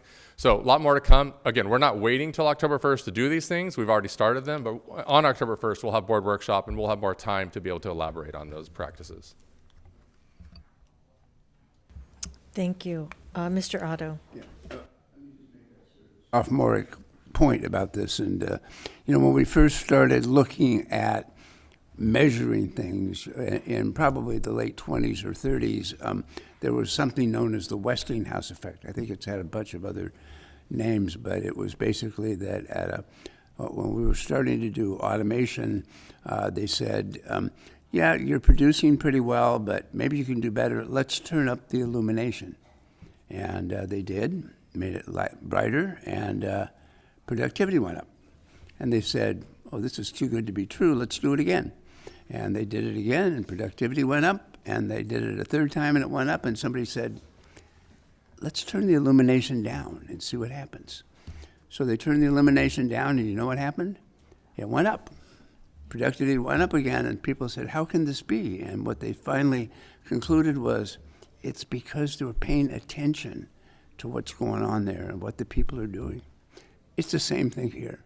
If we can show that we're paying attention to these kids and how they're performing, and that we care about how they're performing, I don't know how you put your arms around that and develop that. I mean, I'm hearing ways that we are doing that, but it's very, very important. And the reason it's a sophomoric point is because, of course, that's what we want to do. That's what we do all the time. But to conceptualize it as what are we doing to help, and then communicating that. This is the conversation we had last week when we said, how are we getting this message out to the community, to the parents, to the teachers, to the students, especially to the students, so that they feel like they're being taken seriously and get it done. And I think that's all that we're talking about. One of the things that we're really talking about. And the question is, how do you do that? And I've heard a lot of good ideas about how we're doing that.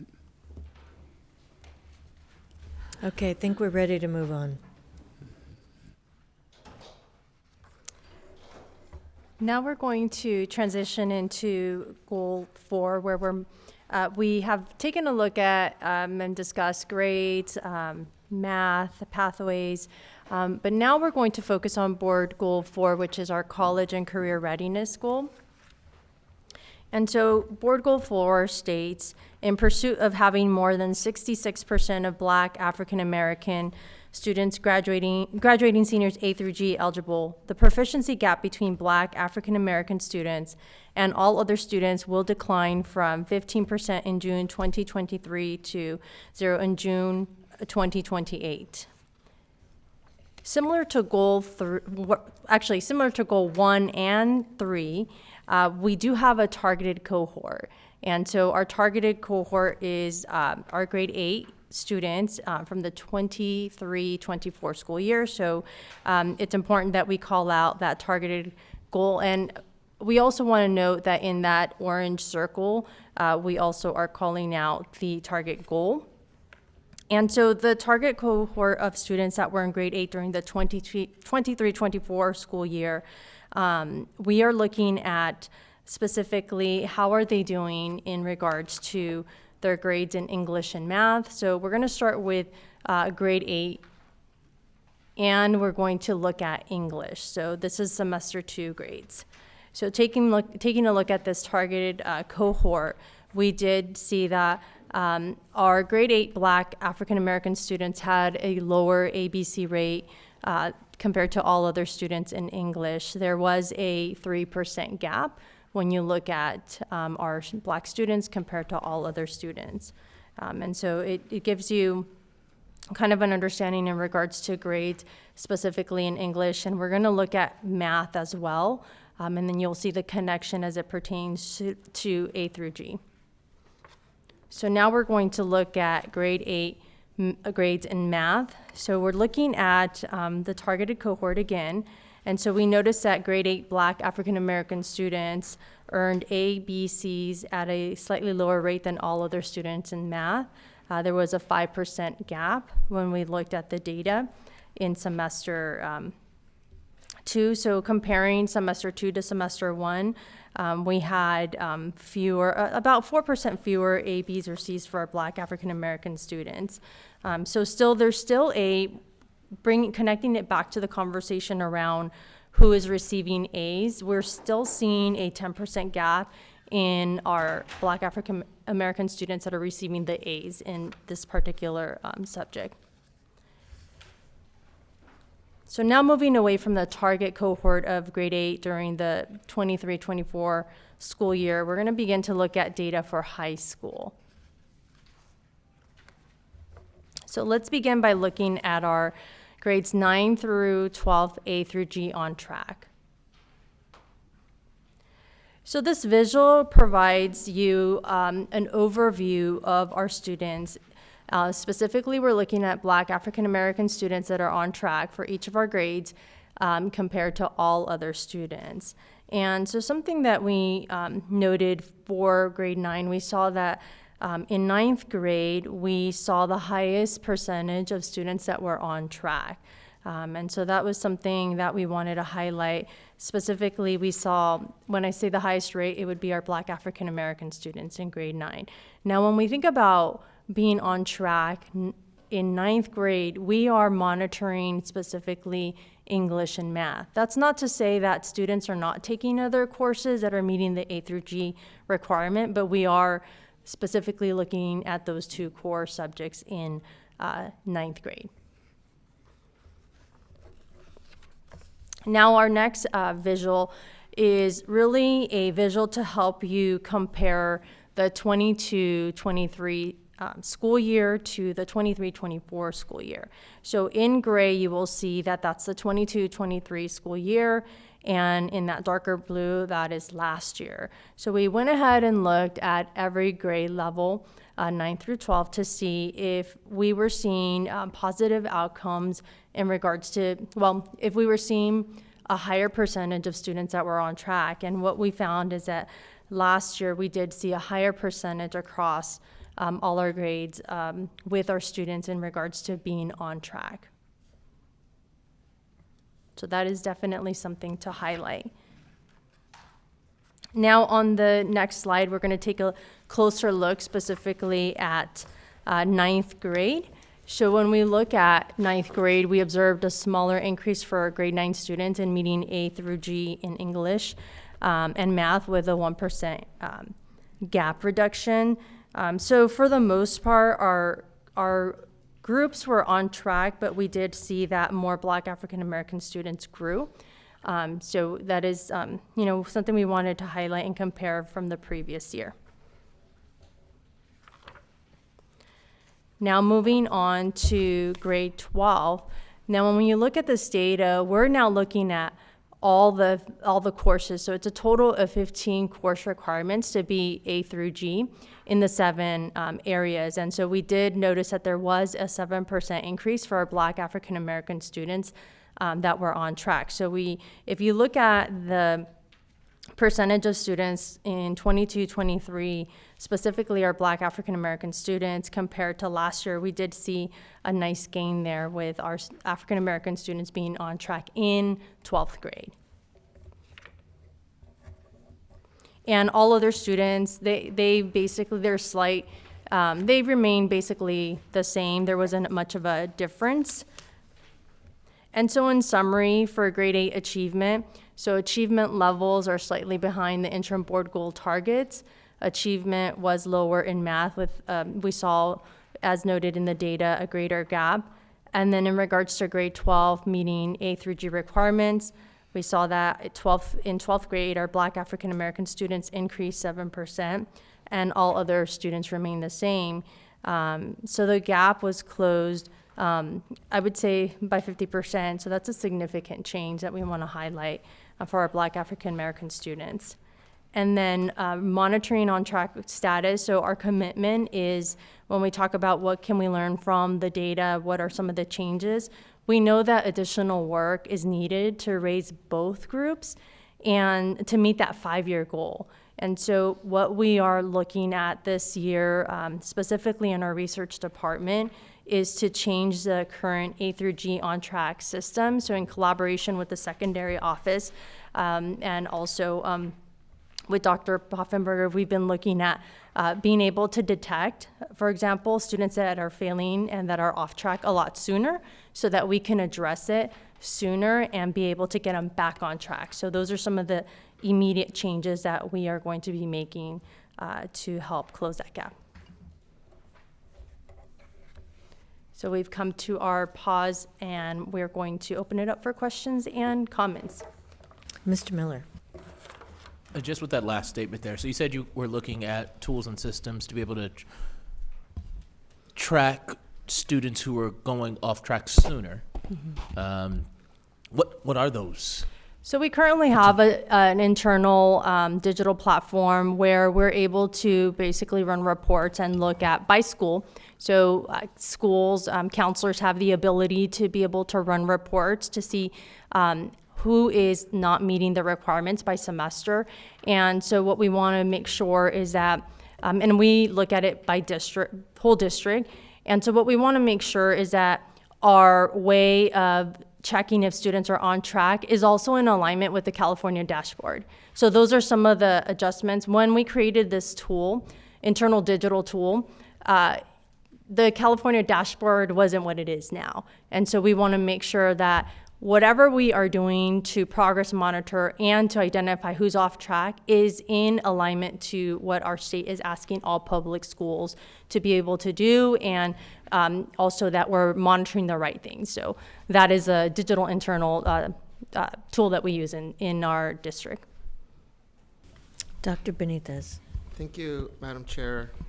So I'm going to start by saying I am very proud of our board for passing a goal around A through G completion, eliminating our equity gaps, and doubling down on our college and career commitment. I'll say that and then also give kudos to our superintendent here for affirming our focus, for dedicating resources, for recommending policies, for emphasizing the importance of this data and the strategies and interventions that go along with addressing A through G completion, college and career readiness, and the elimination of our opportunity gaps, particularly amongst our Black students.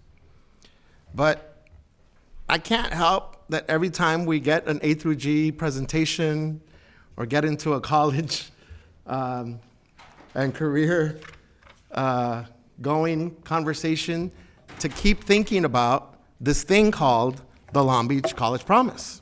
I just can't. I can't help myself, colleagues. And I'm again coming from particularly my board colleagues, calling in my board, given the lay of the land, that we're putting all this energy, intentionality, resources, curriculum development, culturally sustaining, affirming pedagogy, professional development, right? Our teachers are investing time and energy, doubling down in our efforts to get our students prepared to go to college, to have a high-paying, high-quality career. And yet, the partnership that we have with our community college and the flagship of the largest public university system in the world has not addressed a structural issue that we have. And I think, again, the work here, the data here, emphasizes that even when we see some promising data, we run up against a system issue for the students that we're trying to get to meet A through G requirements, right? And again, notwithstanding, I'm not saying 100% of students are going to go to college, but they should have the opportunity to go to college. And we have, by all accounts, a prestigious one 10 minutes away from our district building. So here's what I'd like to call in my colleagues on. We had an original Long Beach College promise that guaranteed preferential admission to any LBUSD grad that met minimum A through G requirements.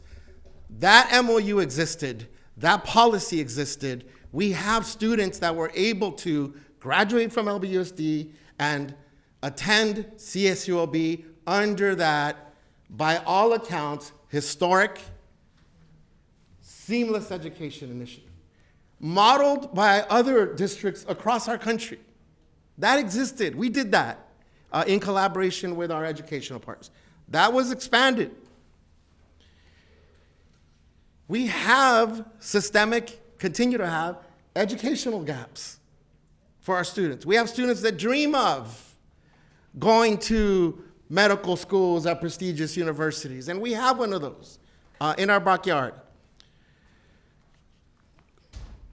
We have a commitment vis-a-vis our strategic plan, our superintendent's goals, and our board goals to ensuring that more students, and specifically more Black students, go to college.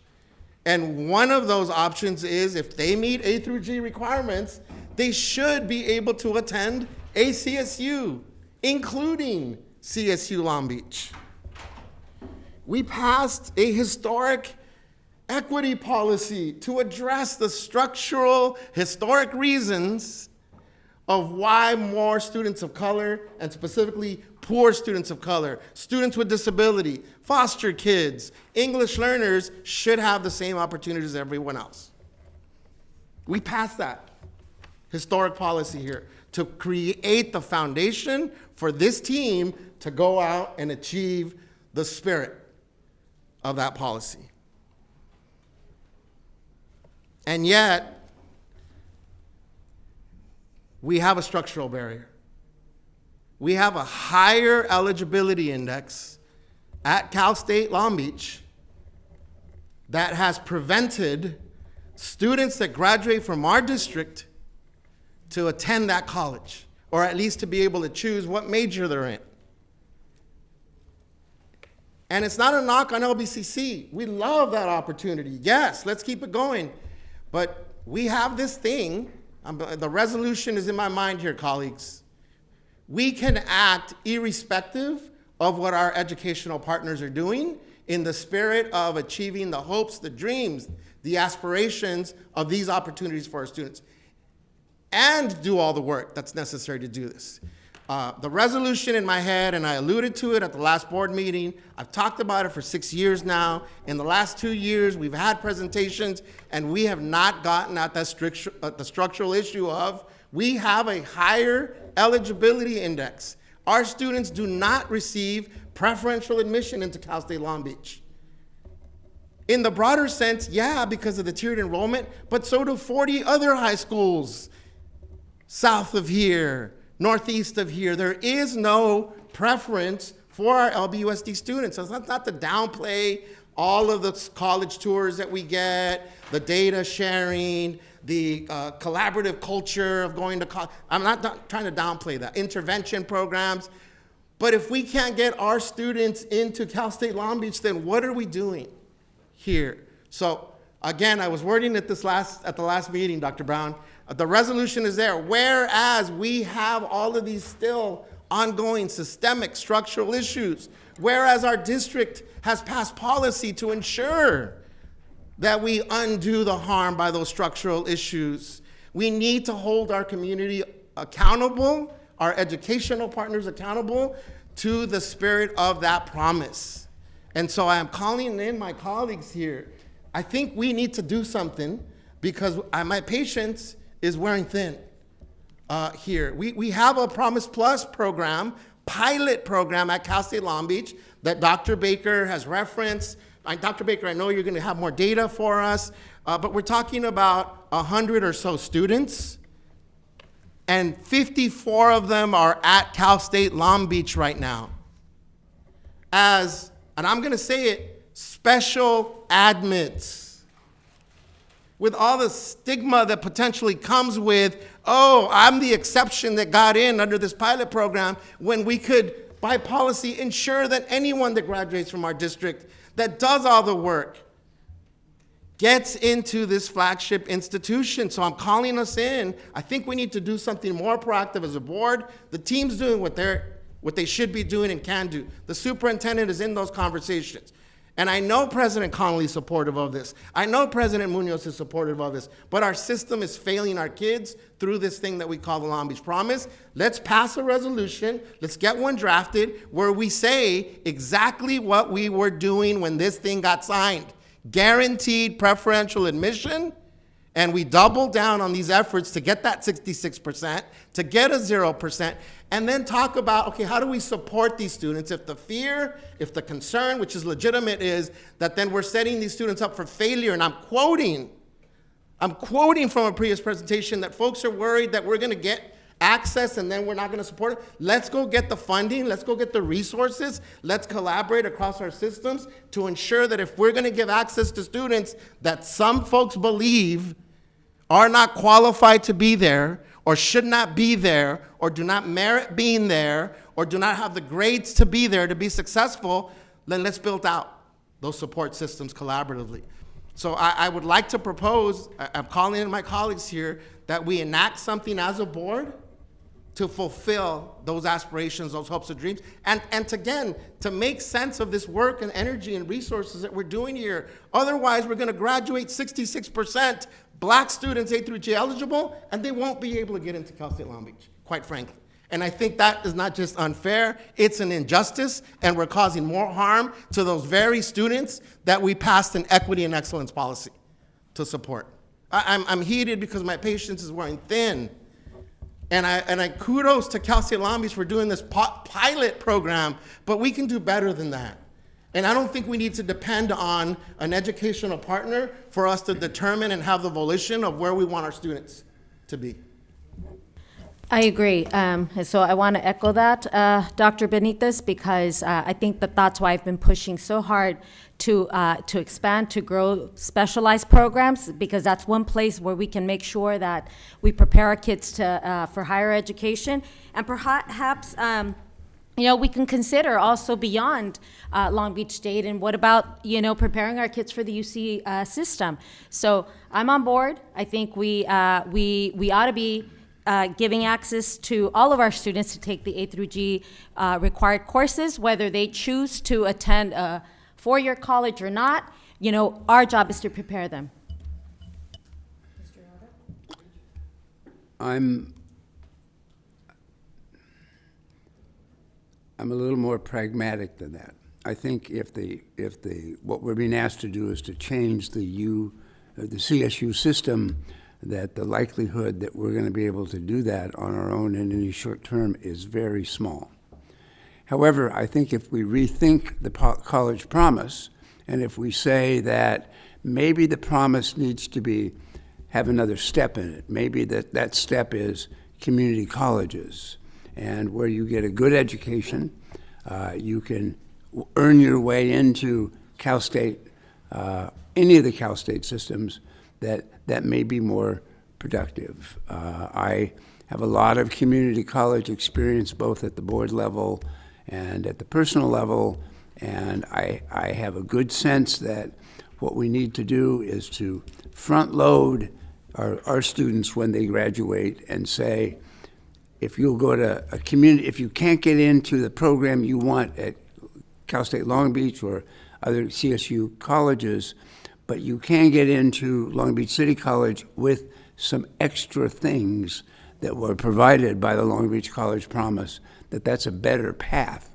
to getting the education that kids need and want, and it's more likely that we can achieve that if we sit down. I know that there are conversations going on right now with Long Beach City College and Cal State Long Beach and maybe others about what's the way to reform the Long Beach College Promise so that it's meaningful, so that it's not fraudulent, so that kids can see hope and can expect something, so that what they do at Long Beach Unified School District is meaningful, and quite frankly, it just becomes honest as opposed to what exists now. I appreciate your call to action.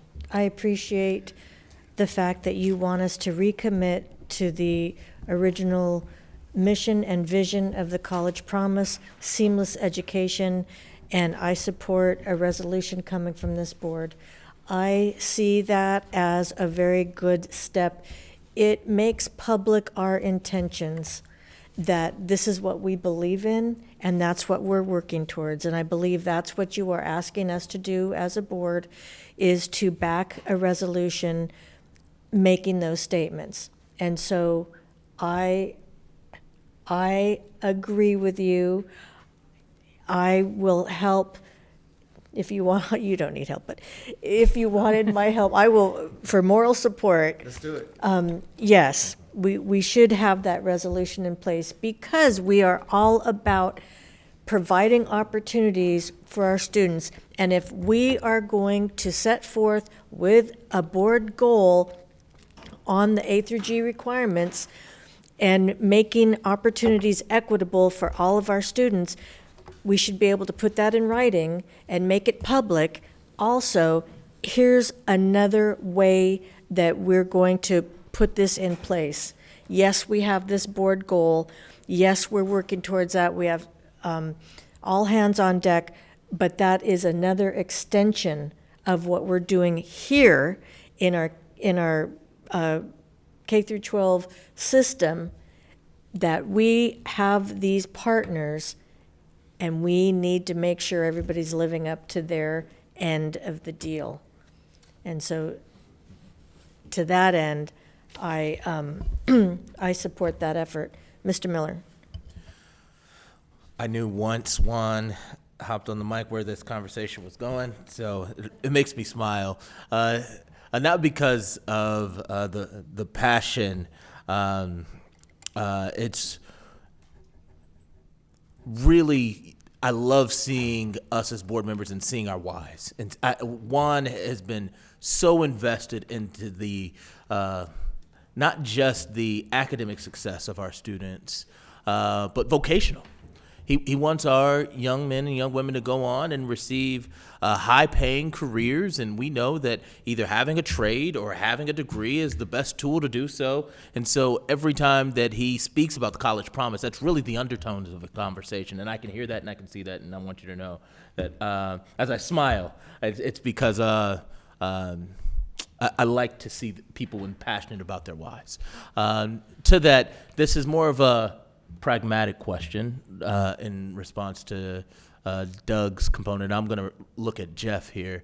As I do agree with both, I think that revisiting the first, was it an MOU that was created between us and our partners with LBCC and Cal State Long Beach, obviously that needs to be revisited, but there's a part of it that does need to be strategic and pragmatic in regards to those relationships. And so there's the thought that there should be a committee created around those conversations about that activity, et cetera.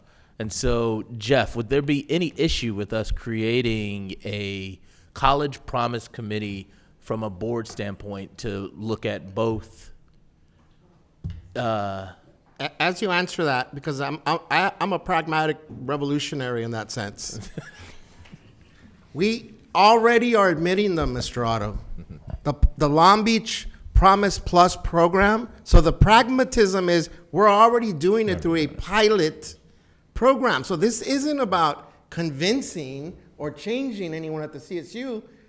President Colley has already made the commitment, right? But it's under this pilot exception. So the pragmatist in me is, that means that the institution's already willing and able to do it. It's how do we formalize it, right? So no disrespect to the idea of a committee, yes, all that stuff, but we don't need that stuff, right? We can dictate our own volition because our partner is already committed to that, has already expressed its commitment. And actually, just to express further, that CSU LB had to get approval from the chancellor's office to go into the current program that you're speaking of, where our 54 students are receiving the supports that they should have as first-year college students. And so I think what you're talking about is making something not have to go to the chancellor's office in the future, that is a direct matriculation for students who would have a preference as Long Beach Unified students and not just a local preference that then brings in all of the other 40 plus high schools, outside of Long Beach Unified School District. How many graduates did you have last year? Approximately 5,000. Okay. And we got 54 that went to Cal State Long Beach?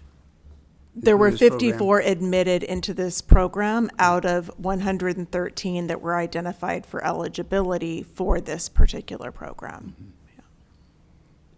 Yeah. Do we have a number of those from Long Beach Unified that that then enrolled at CSU LB? I don't know that off the top of my head, but it's something we can bring back to you. Okay, I'm going to suggest that we move on now because we still have more of this presentation. So, Dr. Madrigal, or Mr. Moskowitz. I just want to thank the board for the opportunity that we concluded our first round of reporting, and I look forward to receiving feedback through the Student Outcomes Committee to ensure that we incorporate some of the input that I've heard today, and being able to present updates in the coming months. So thank you very much.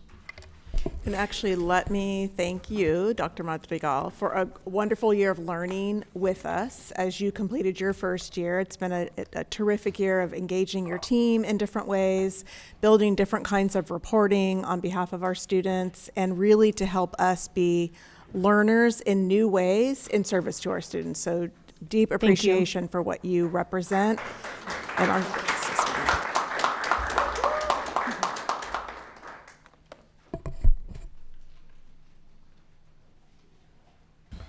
Okay, next on our agenda, we have new business. So item 16.1, approval of memorandum of understandings with California School Employees Association, CSEA Chapter 2, Unit A and Unit B. Move approval. Second. Any discussion? I'll ask nope. Do I need a roll call vote on this one? No. Okay. Okay. All in favor? Aye. Any opposed? Any abstentions? That passes 5-0. Next, we have item 16.2, approval of memorandum of understanding with Teachers Association of Long Beach, TALB. Okay. Second. Any discussion? All in favor? Aye. Aye. Any opposed? Any abstentions? That passes 5-0. Item 16.3, approval of resolution 091824-A in support of Proposition 2, the kindergarten through grade 12 schools and local community college public education facilities modernization, repair, and safety bond act of 2024. Move approval. Second. Any discussion? I do have a question. So we want to put on the ballot, we're proposing a proposition to modernize facilities. Can you give me, I think we have one already. Taxpayers are already paying for facilities. Can you give me just kind of the rationale and how this differs or is going to complement or, what we already have? Will do. So this does differ significantly. So this is outside of our local bond efforts, which of course we're very grateful for our local voters who have supported those efforts. This is a statewide facility bond. So this resolution is merely the support for that state bond at the state level. Within the state bond program, there's a lot of alignment with respect to our facility master plan priorities as well. So there's quite a bit of eligibility and state matching funds that we'd be eligible to apply for. So as we embark on projects here locally, whether they be new construction efforts or modernization efforts, projects such as career tech enhancements and media center enhancements, TK enhancements, we'd be able to apply for matching funds with a state bond in place. Currently, there are no state matching funds available. So all state matching funds have been exhausted, which is why we're in support of Prop 2. Any further discussion? All in favor? Aye. Oh, I'm sorry. Yep, this one is a roll call vote. Yes. Sorry, got ahead of myself. I will now go to our board secretary to take a roll call vote. Thank you. Member Lopez? Aye. Member Otto? I with a comment, and the comment is, it's not because there isn't a need out there. It's because, and that's why I support this. There's a tremendous need to modernize our schools, TK through 12, and community colleges, and it's underfunded right now. President Craighead. Aye. Member Benitez. Aye. Member Miller. Aye. And Student Member Arroyo, preferential vote. Aye. Thank you. That passes 5-0. Thank you. Item 16.4, adoption of 2024 district-wide sustainability plan. Move to approve. Second. Any discussion? Yes, Madam Chair, just the plan looks sound and awesome. Mr. Miranda, if you could. So, from time to time, you give us, you and or Alan or a combination of your team provide facilities updates for us in our consent calendars. Oftentimes, there's contracts and new agreements in relation to our ongoing projects, new projects, whether they be solar, the whole band of it. Two of the strategies highlighted in this plan are around programming and GHG reduction. Am I getting that part right? That's correct. Mr. Miranda? I think it would be helpful as we're implementing this plan to highlight just clearly for us and for our community. So how is this plan operationalized and implemented, right? What items in the consent calendar, sometimes for millions of dollars, right? Just so that we can reinforce to our respective community stakeholders that this isn't just a plan that gets turned in, gets adopted by the board, that we're actually on an ongoing basis implementing, executing, but it may not always be clear, right? Because there's tens of millions of dollars in projects, millions of dollars in the consent calendar, whether it's bids or new contracts or amendments. So is that something that could be done, Mr. Miranda, just a high level, like highlights on an ongoing basis of how we're implementing these two strategies through our sustainability efforts? Most definitely. Okay. So we know there was quite a bit of student interest, community interest with respect to our green schools practices, right? The board adopted a new energy policy. We have our Vision 2035 plan that calls out sustainability. Our facility master plan does so as well. So this really kind of brings it all to a head. There's definite ideas I have already with respect to how we can call that out. So of course, as part of our board workshop presentations, I can specifically call it out myself. We have a new practice in place that's working quite well with respect to our purchasing and contracts report in terms of corresponding memos that are attached to the public-facing agenda. And that's another avenue where we could call out some of these items within this large complex report. Thank you. Any further discussion? Just one quick comment. First of all, I just wanted to give a big shout out to the very comprehensive sustainability plan that you all created. And I wanted to give a second shout out to our GSC students. Do you guys remember the young men and young women who were coming to our board meetings week after week after week, imploring us to be mindful about the sustainability efforts that were happening on our campuses? And so as I think about their efforts, their testimonies, the stories, and to see where we are now and the goals that we have set forth, I'm just happy that we're here. And so I just appreciate all the work that not only that you've put in and your team has put in, but also those young men and young women. And we even had a couple of community volunteers be a part of this process. And so I just wanted to thank them all. Yeah, I remember that the first ask was that we create a resolution. But as a result of the collaboration between that group of students and our staff, Mr. Rising, Mr. Miranda, we now have a very comprehensive sustainability plan, and it was largely due to those students. So that was a nice way to pull that back to the history and provide some context of this. Okay, so I think we're ready to vote. Oh, no? Okay.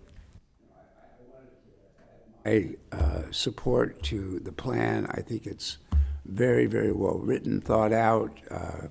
The number of the input that came from not only the students but everybody in the community. I think at the meeting that we discussed this in August, I said that I ran it by our sustainability people at the aquarium, and they said, this is a great plan, and that's a lot of thoughts gone into it, and I know that you worked with the city and what the city was doing on sustainability issues. I talked to people in the city's sustainability area, and everybody thinks that we've done a really, really good job here.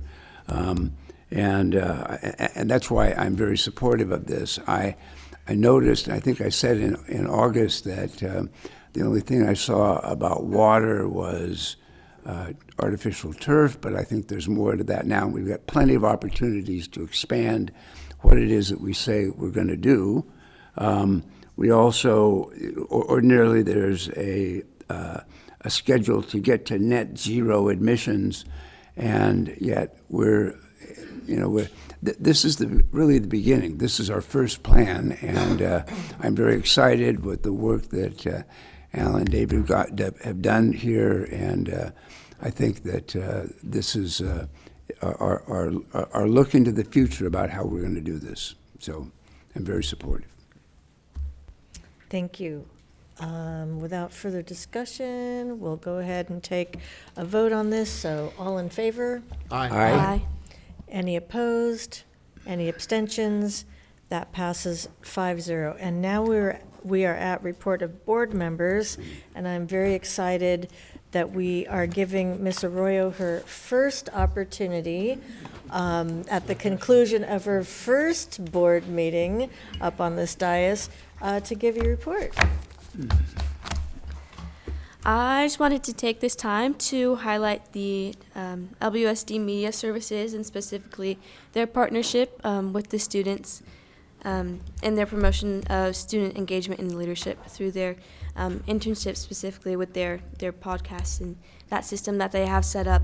I had the opportunity this past Wednesday to go and record an episode with them, and it was an incredible opportunity. This was actually my second time doing it. The first time was to speak about SATO and their engineering program and also their drone soccer program that they have.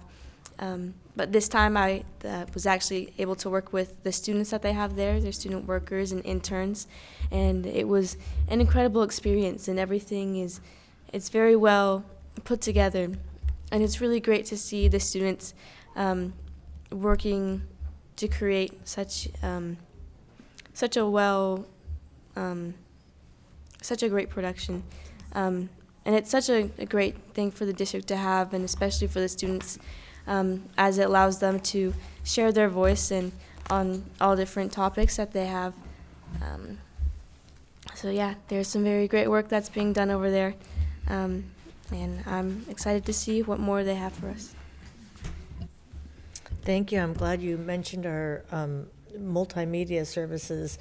We are very fortunate in this district to have a wonderful staff.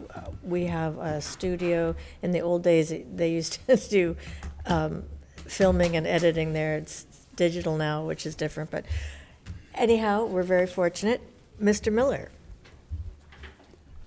Yes, so I just have two things that I wanted to highlight. First, there was an awesome back to school event over at John Muir this past weekend, and so I just wanted to give a big shout out to the Assistance League of Long Beach. They've been doing work with the Long Beach Unified School District for many years, and they've supported thousands and thousands of families, and so I was just appreciative that they were able to support our John Muir families this past weekend, as it was a great event.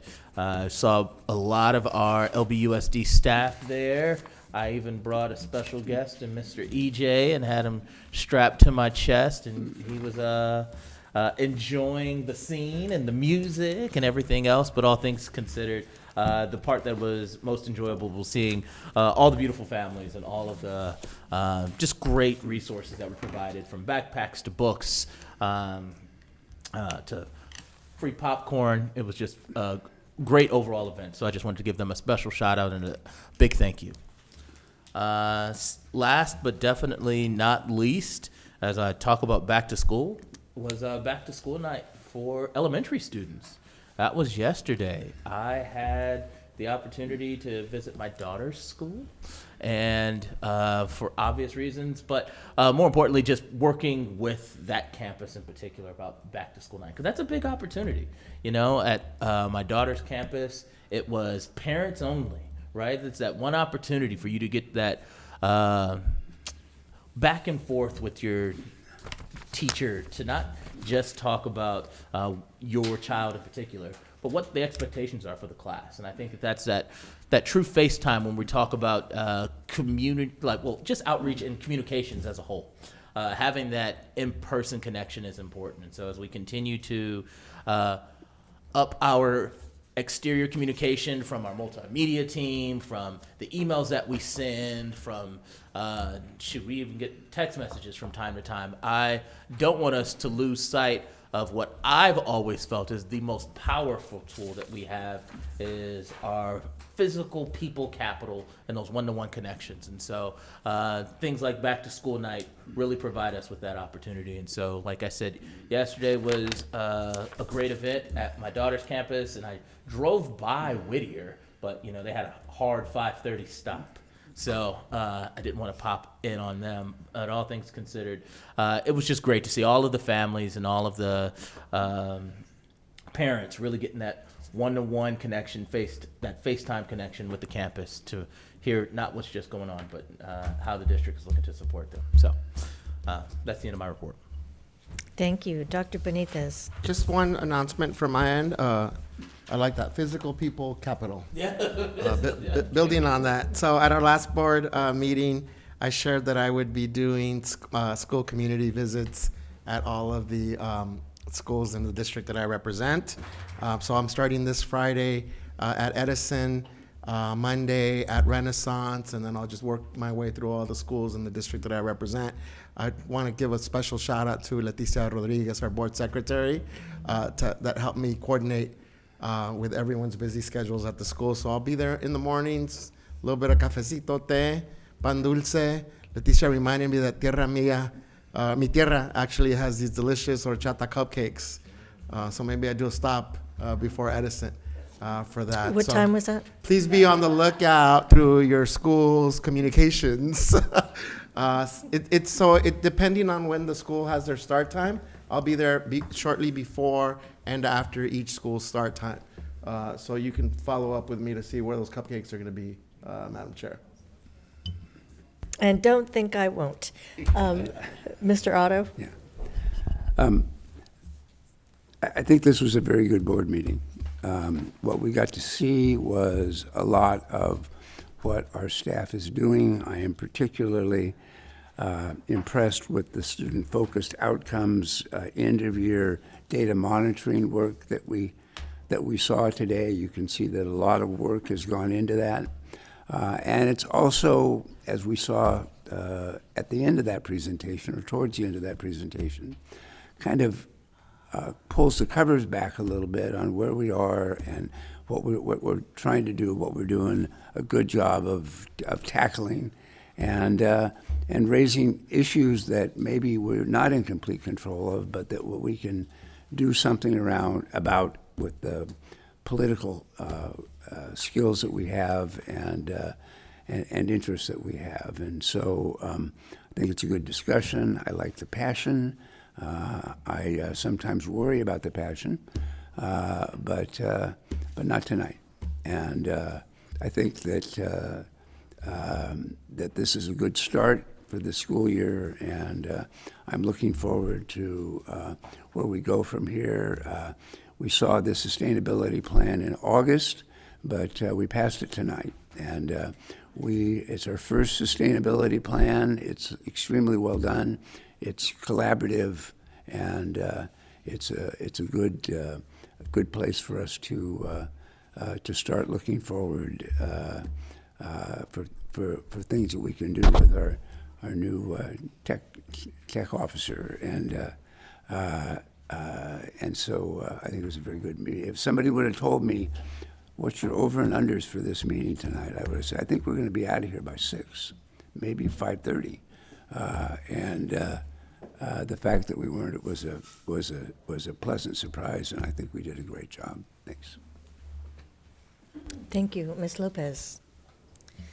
Well, as we've had a few very hot days last week, and as we heard from one of our teachers earlier, some of our schools still have no AC. So I want students, teachers, and administrators to know that if you're in one of these schools, we understand how challenging it must be for you to teach or learn in hot classrooms. And please know that we will continue to explore alternative options. And just like Mr. Miller, I too attended the event at Muir Elementary School, where the Assistance League of Long Beach donated uniforms, backpacks, and supplies to students. And so I just wanted to thank them and the teachers, volunteers who supported this event, dedicated their Saturday to distribute backpacks, again, and supplies to students. Thank you to the Assistance League of Long Beach and to all the volunteers for your hard work. Thank you. I'll just piggyback on this whole mirror thing because it was such a wonderful event.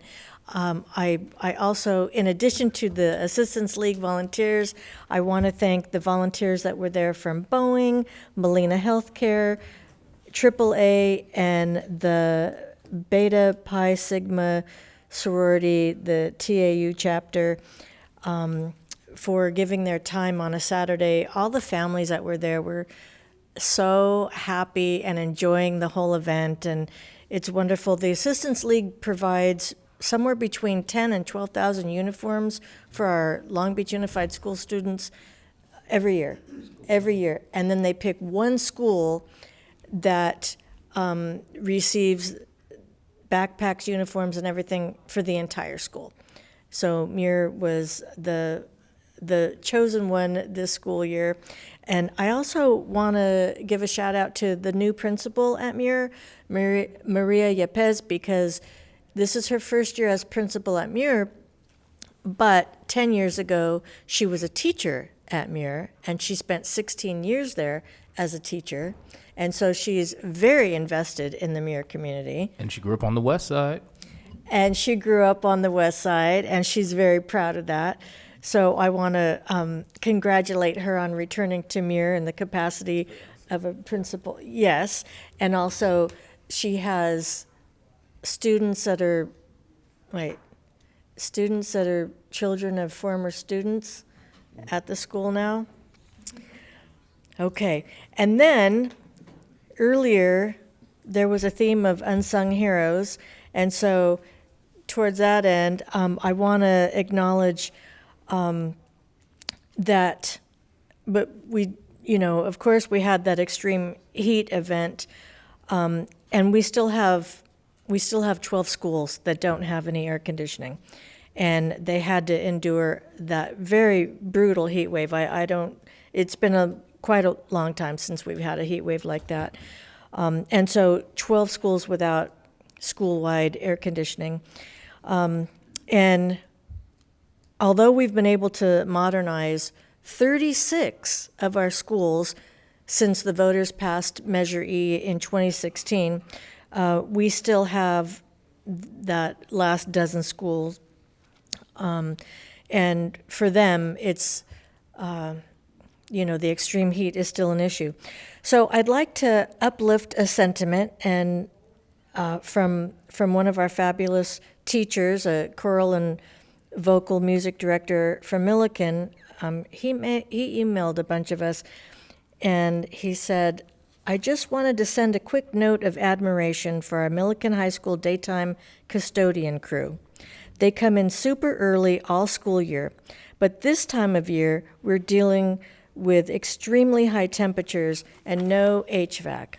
Our head custodian, Thoen Lorne, and his crew come through our many buildings full of dozens of classrooms, opening up windows, doors, and turning fans on in the dark morning dawn each day. And he knows about dark morning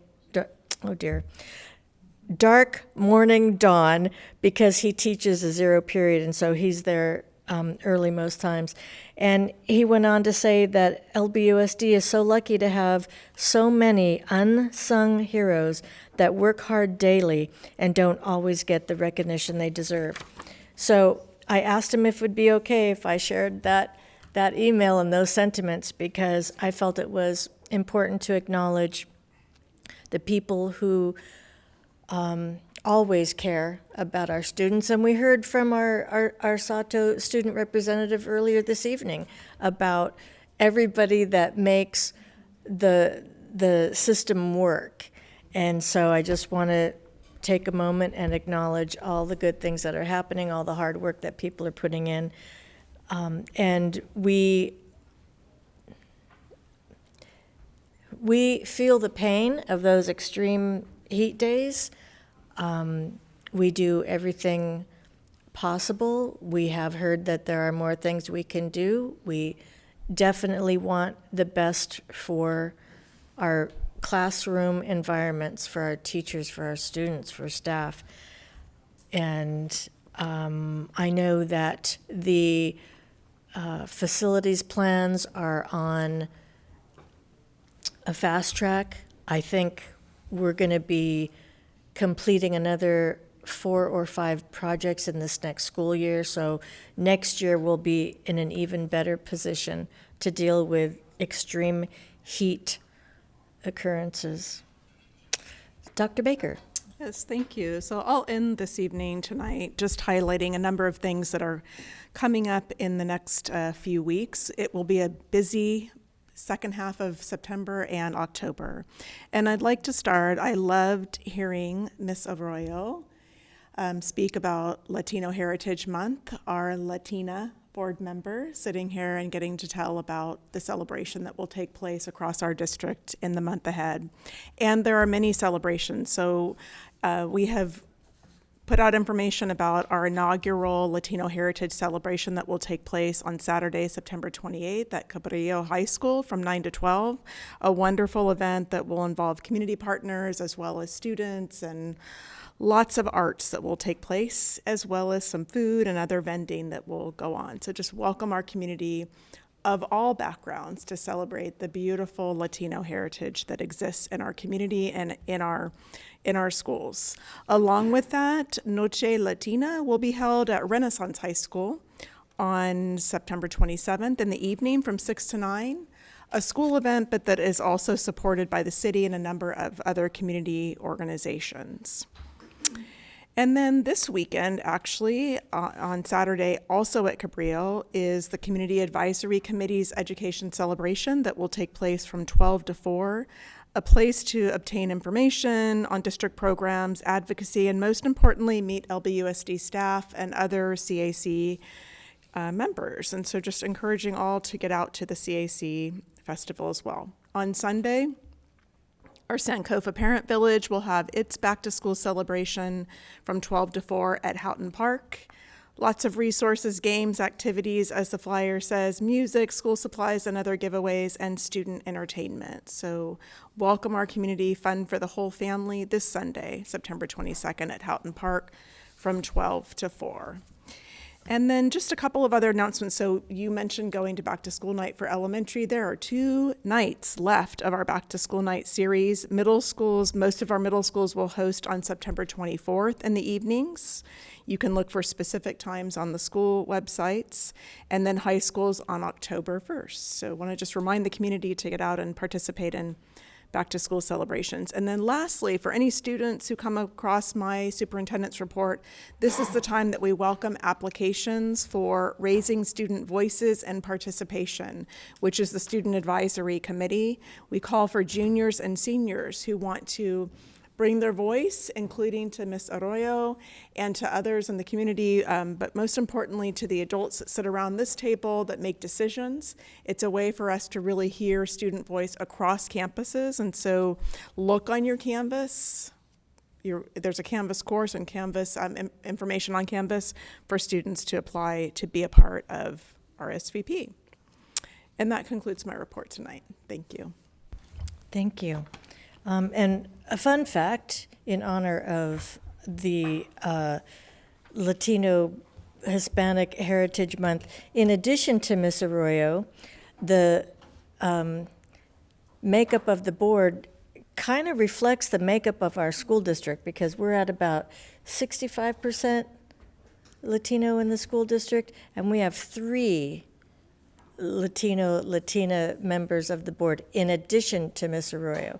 So I would be that third one. I know it's not obvious by my last name, but that is my married name. I thought you were going to do a grito de Dolores right now for September 16th, Madam President. Well, I'll let you do that since you brought it up. But I thought I would just mention that fun fact. So that concludes our business meeting for this evening.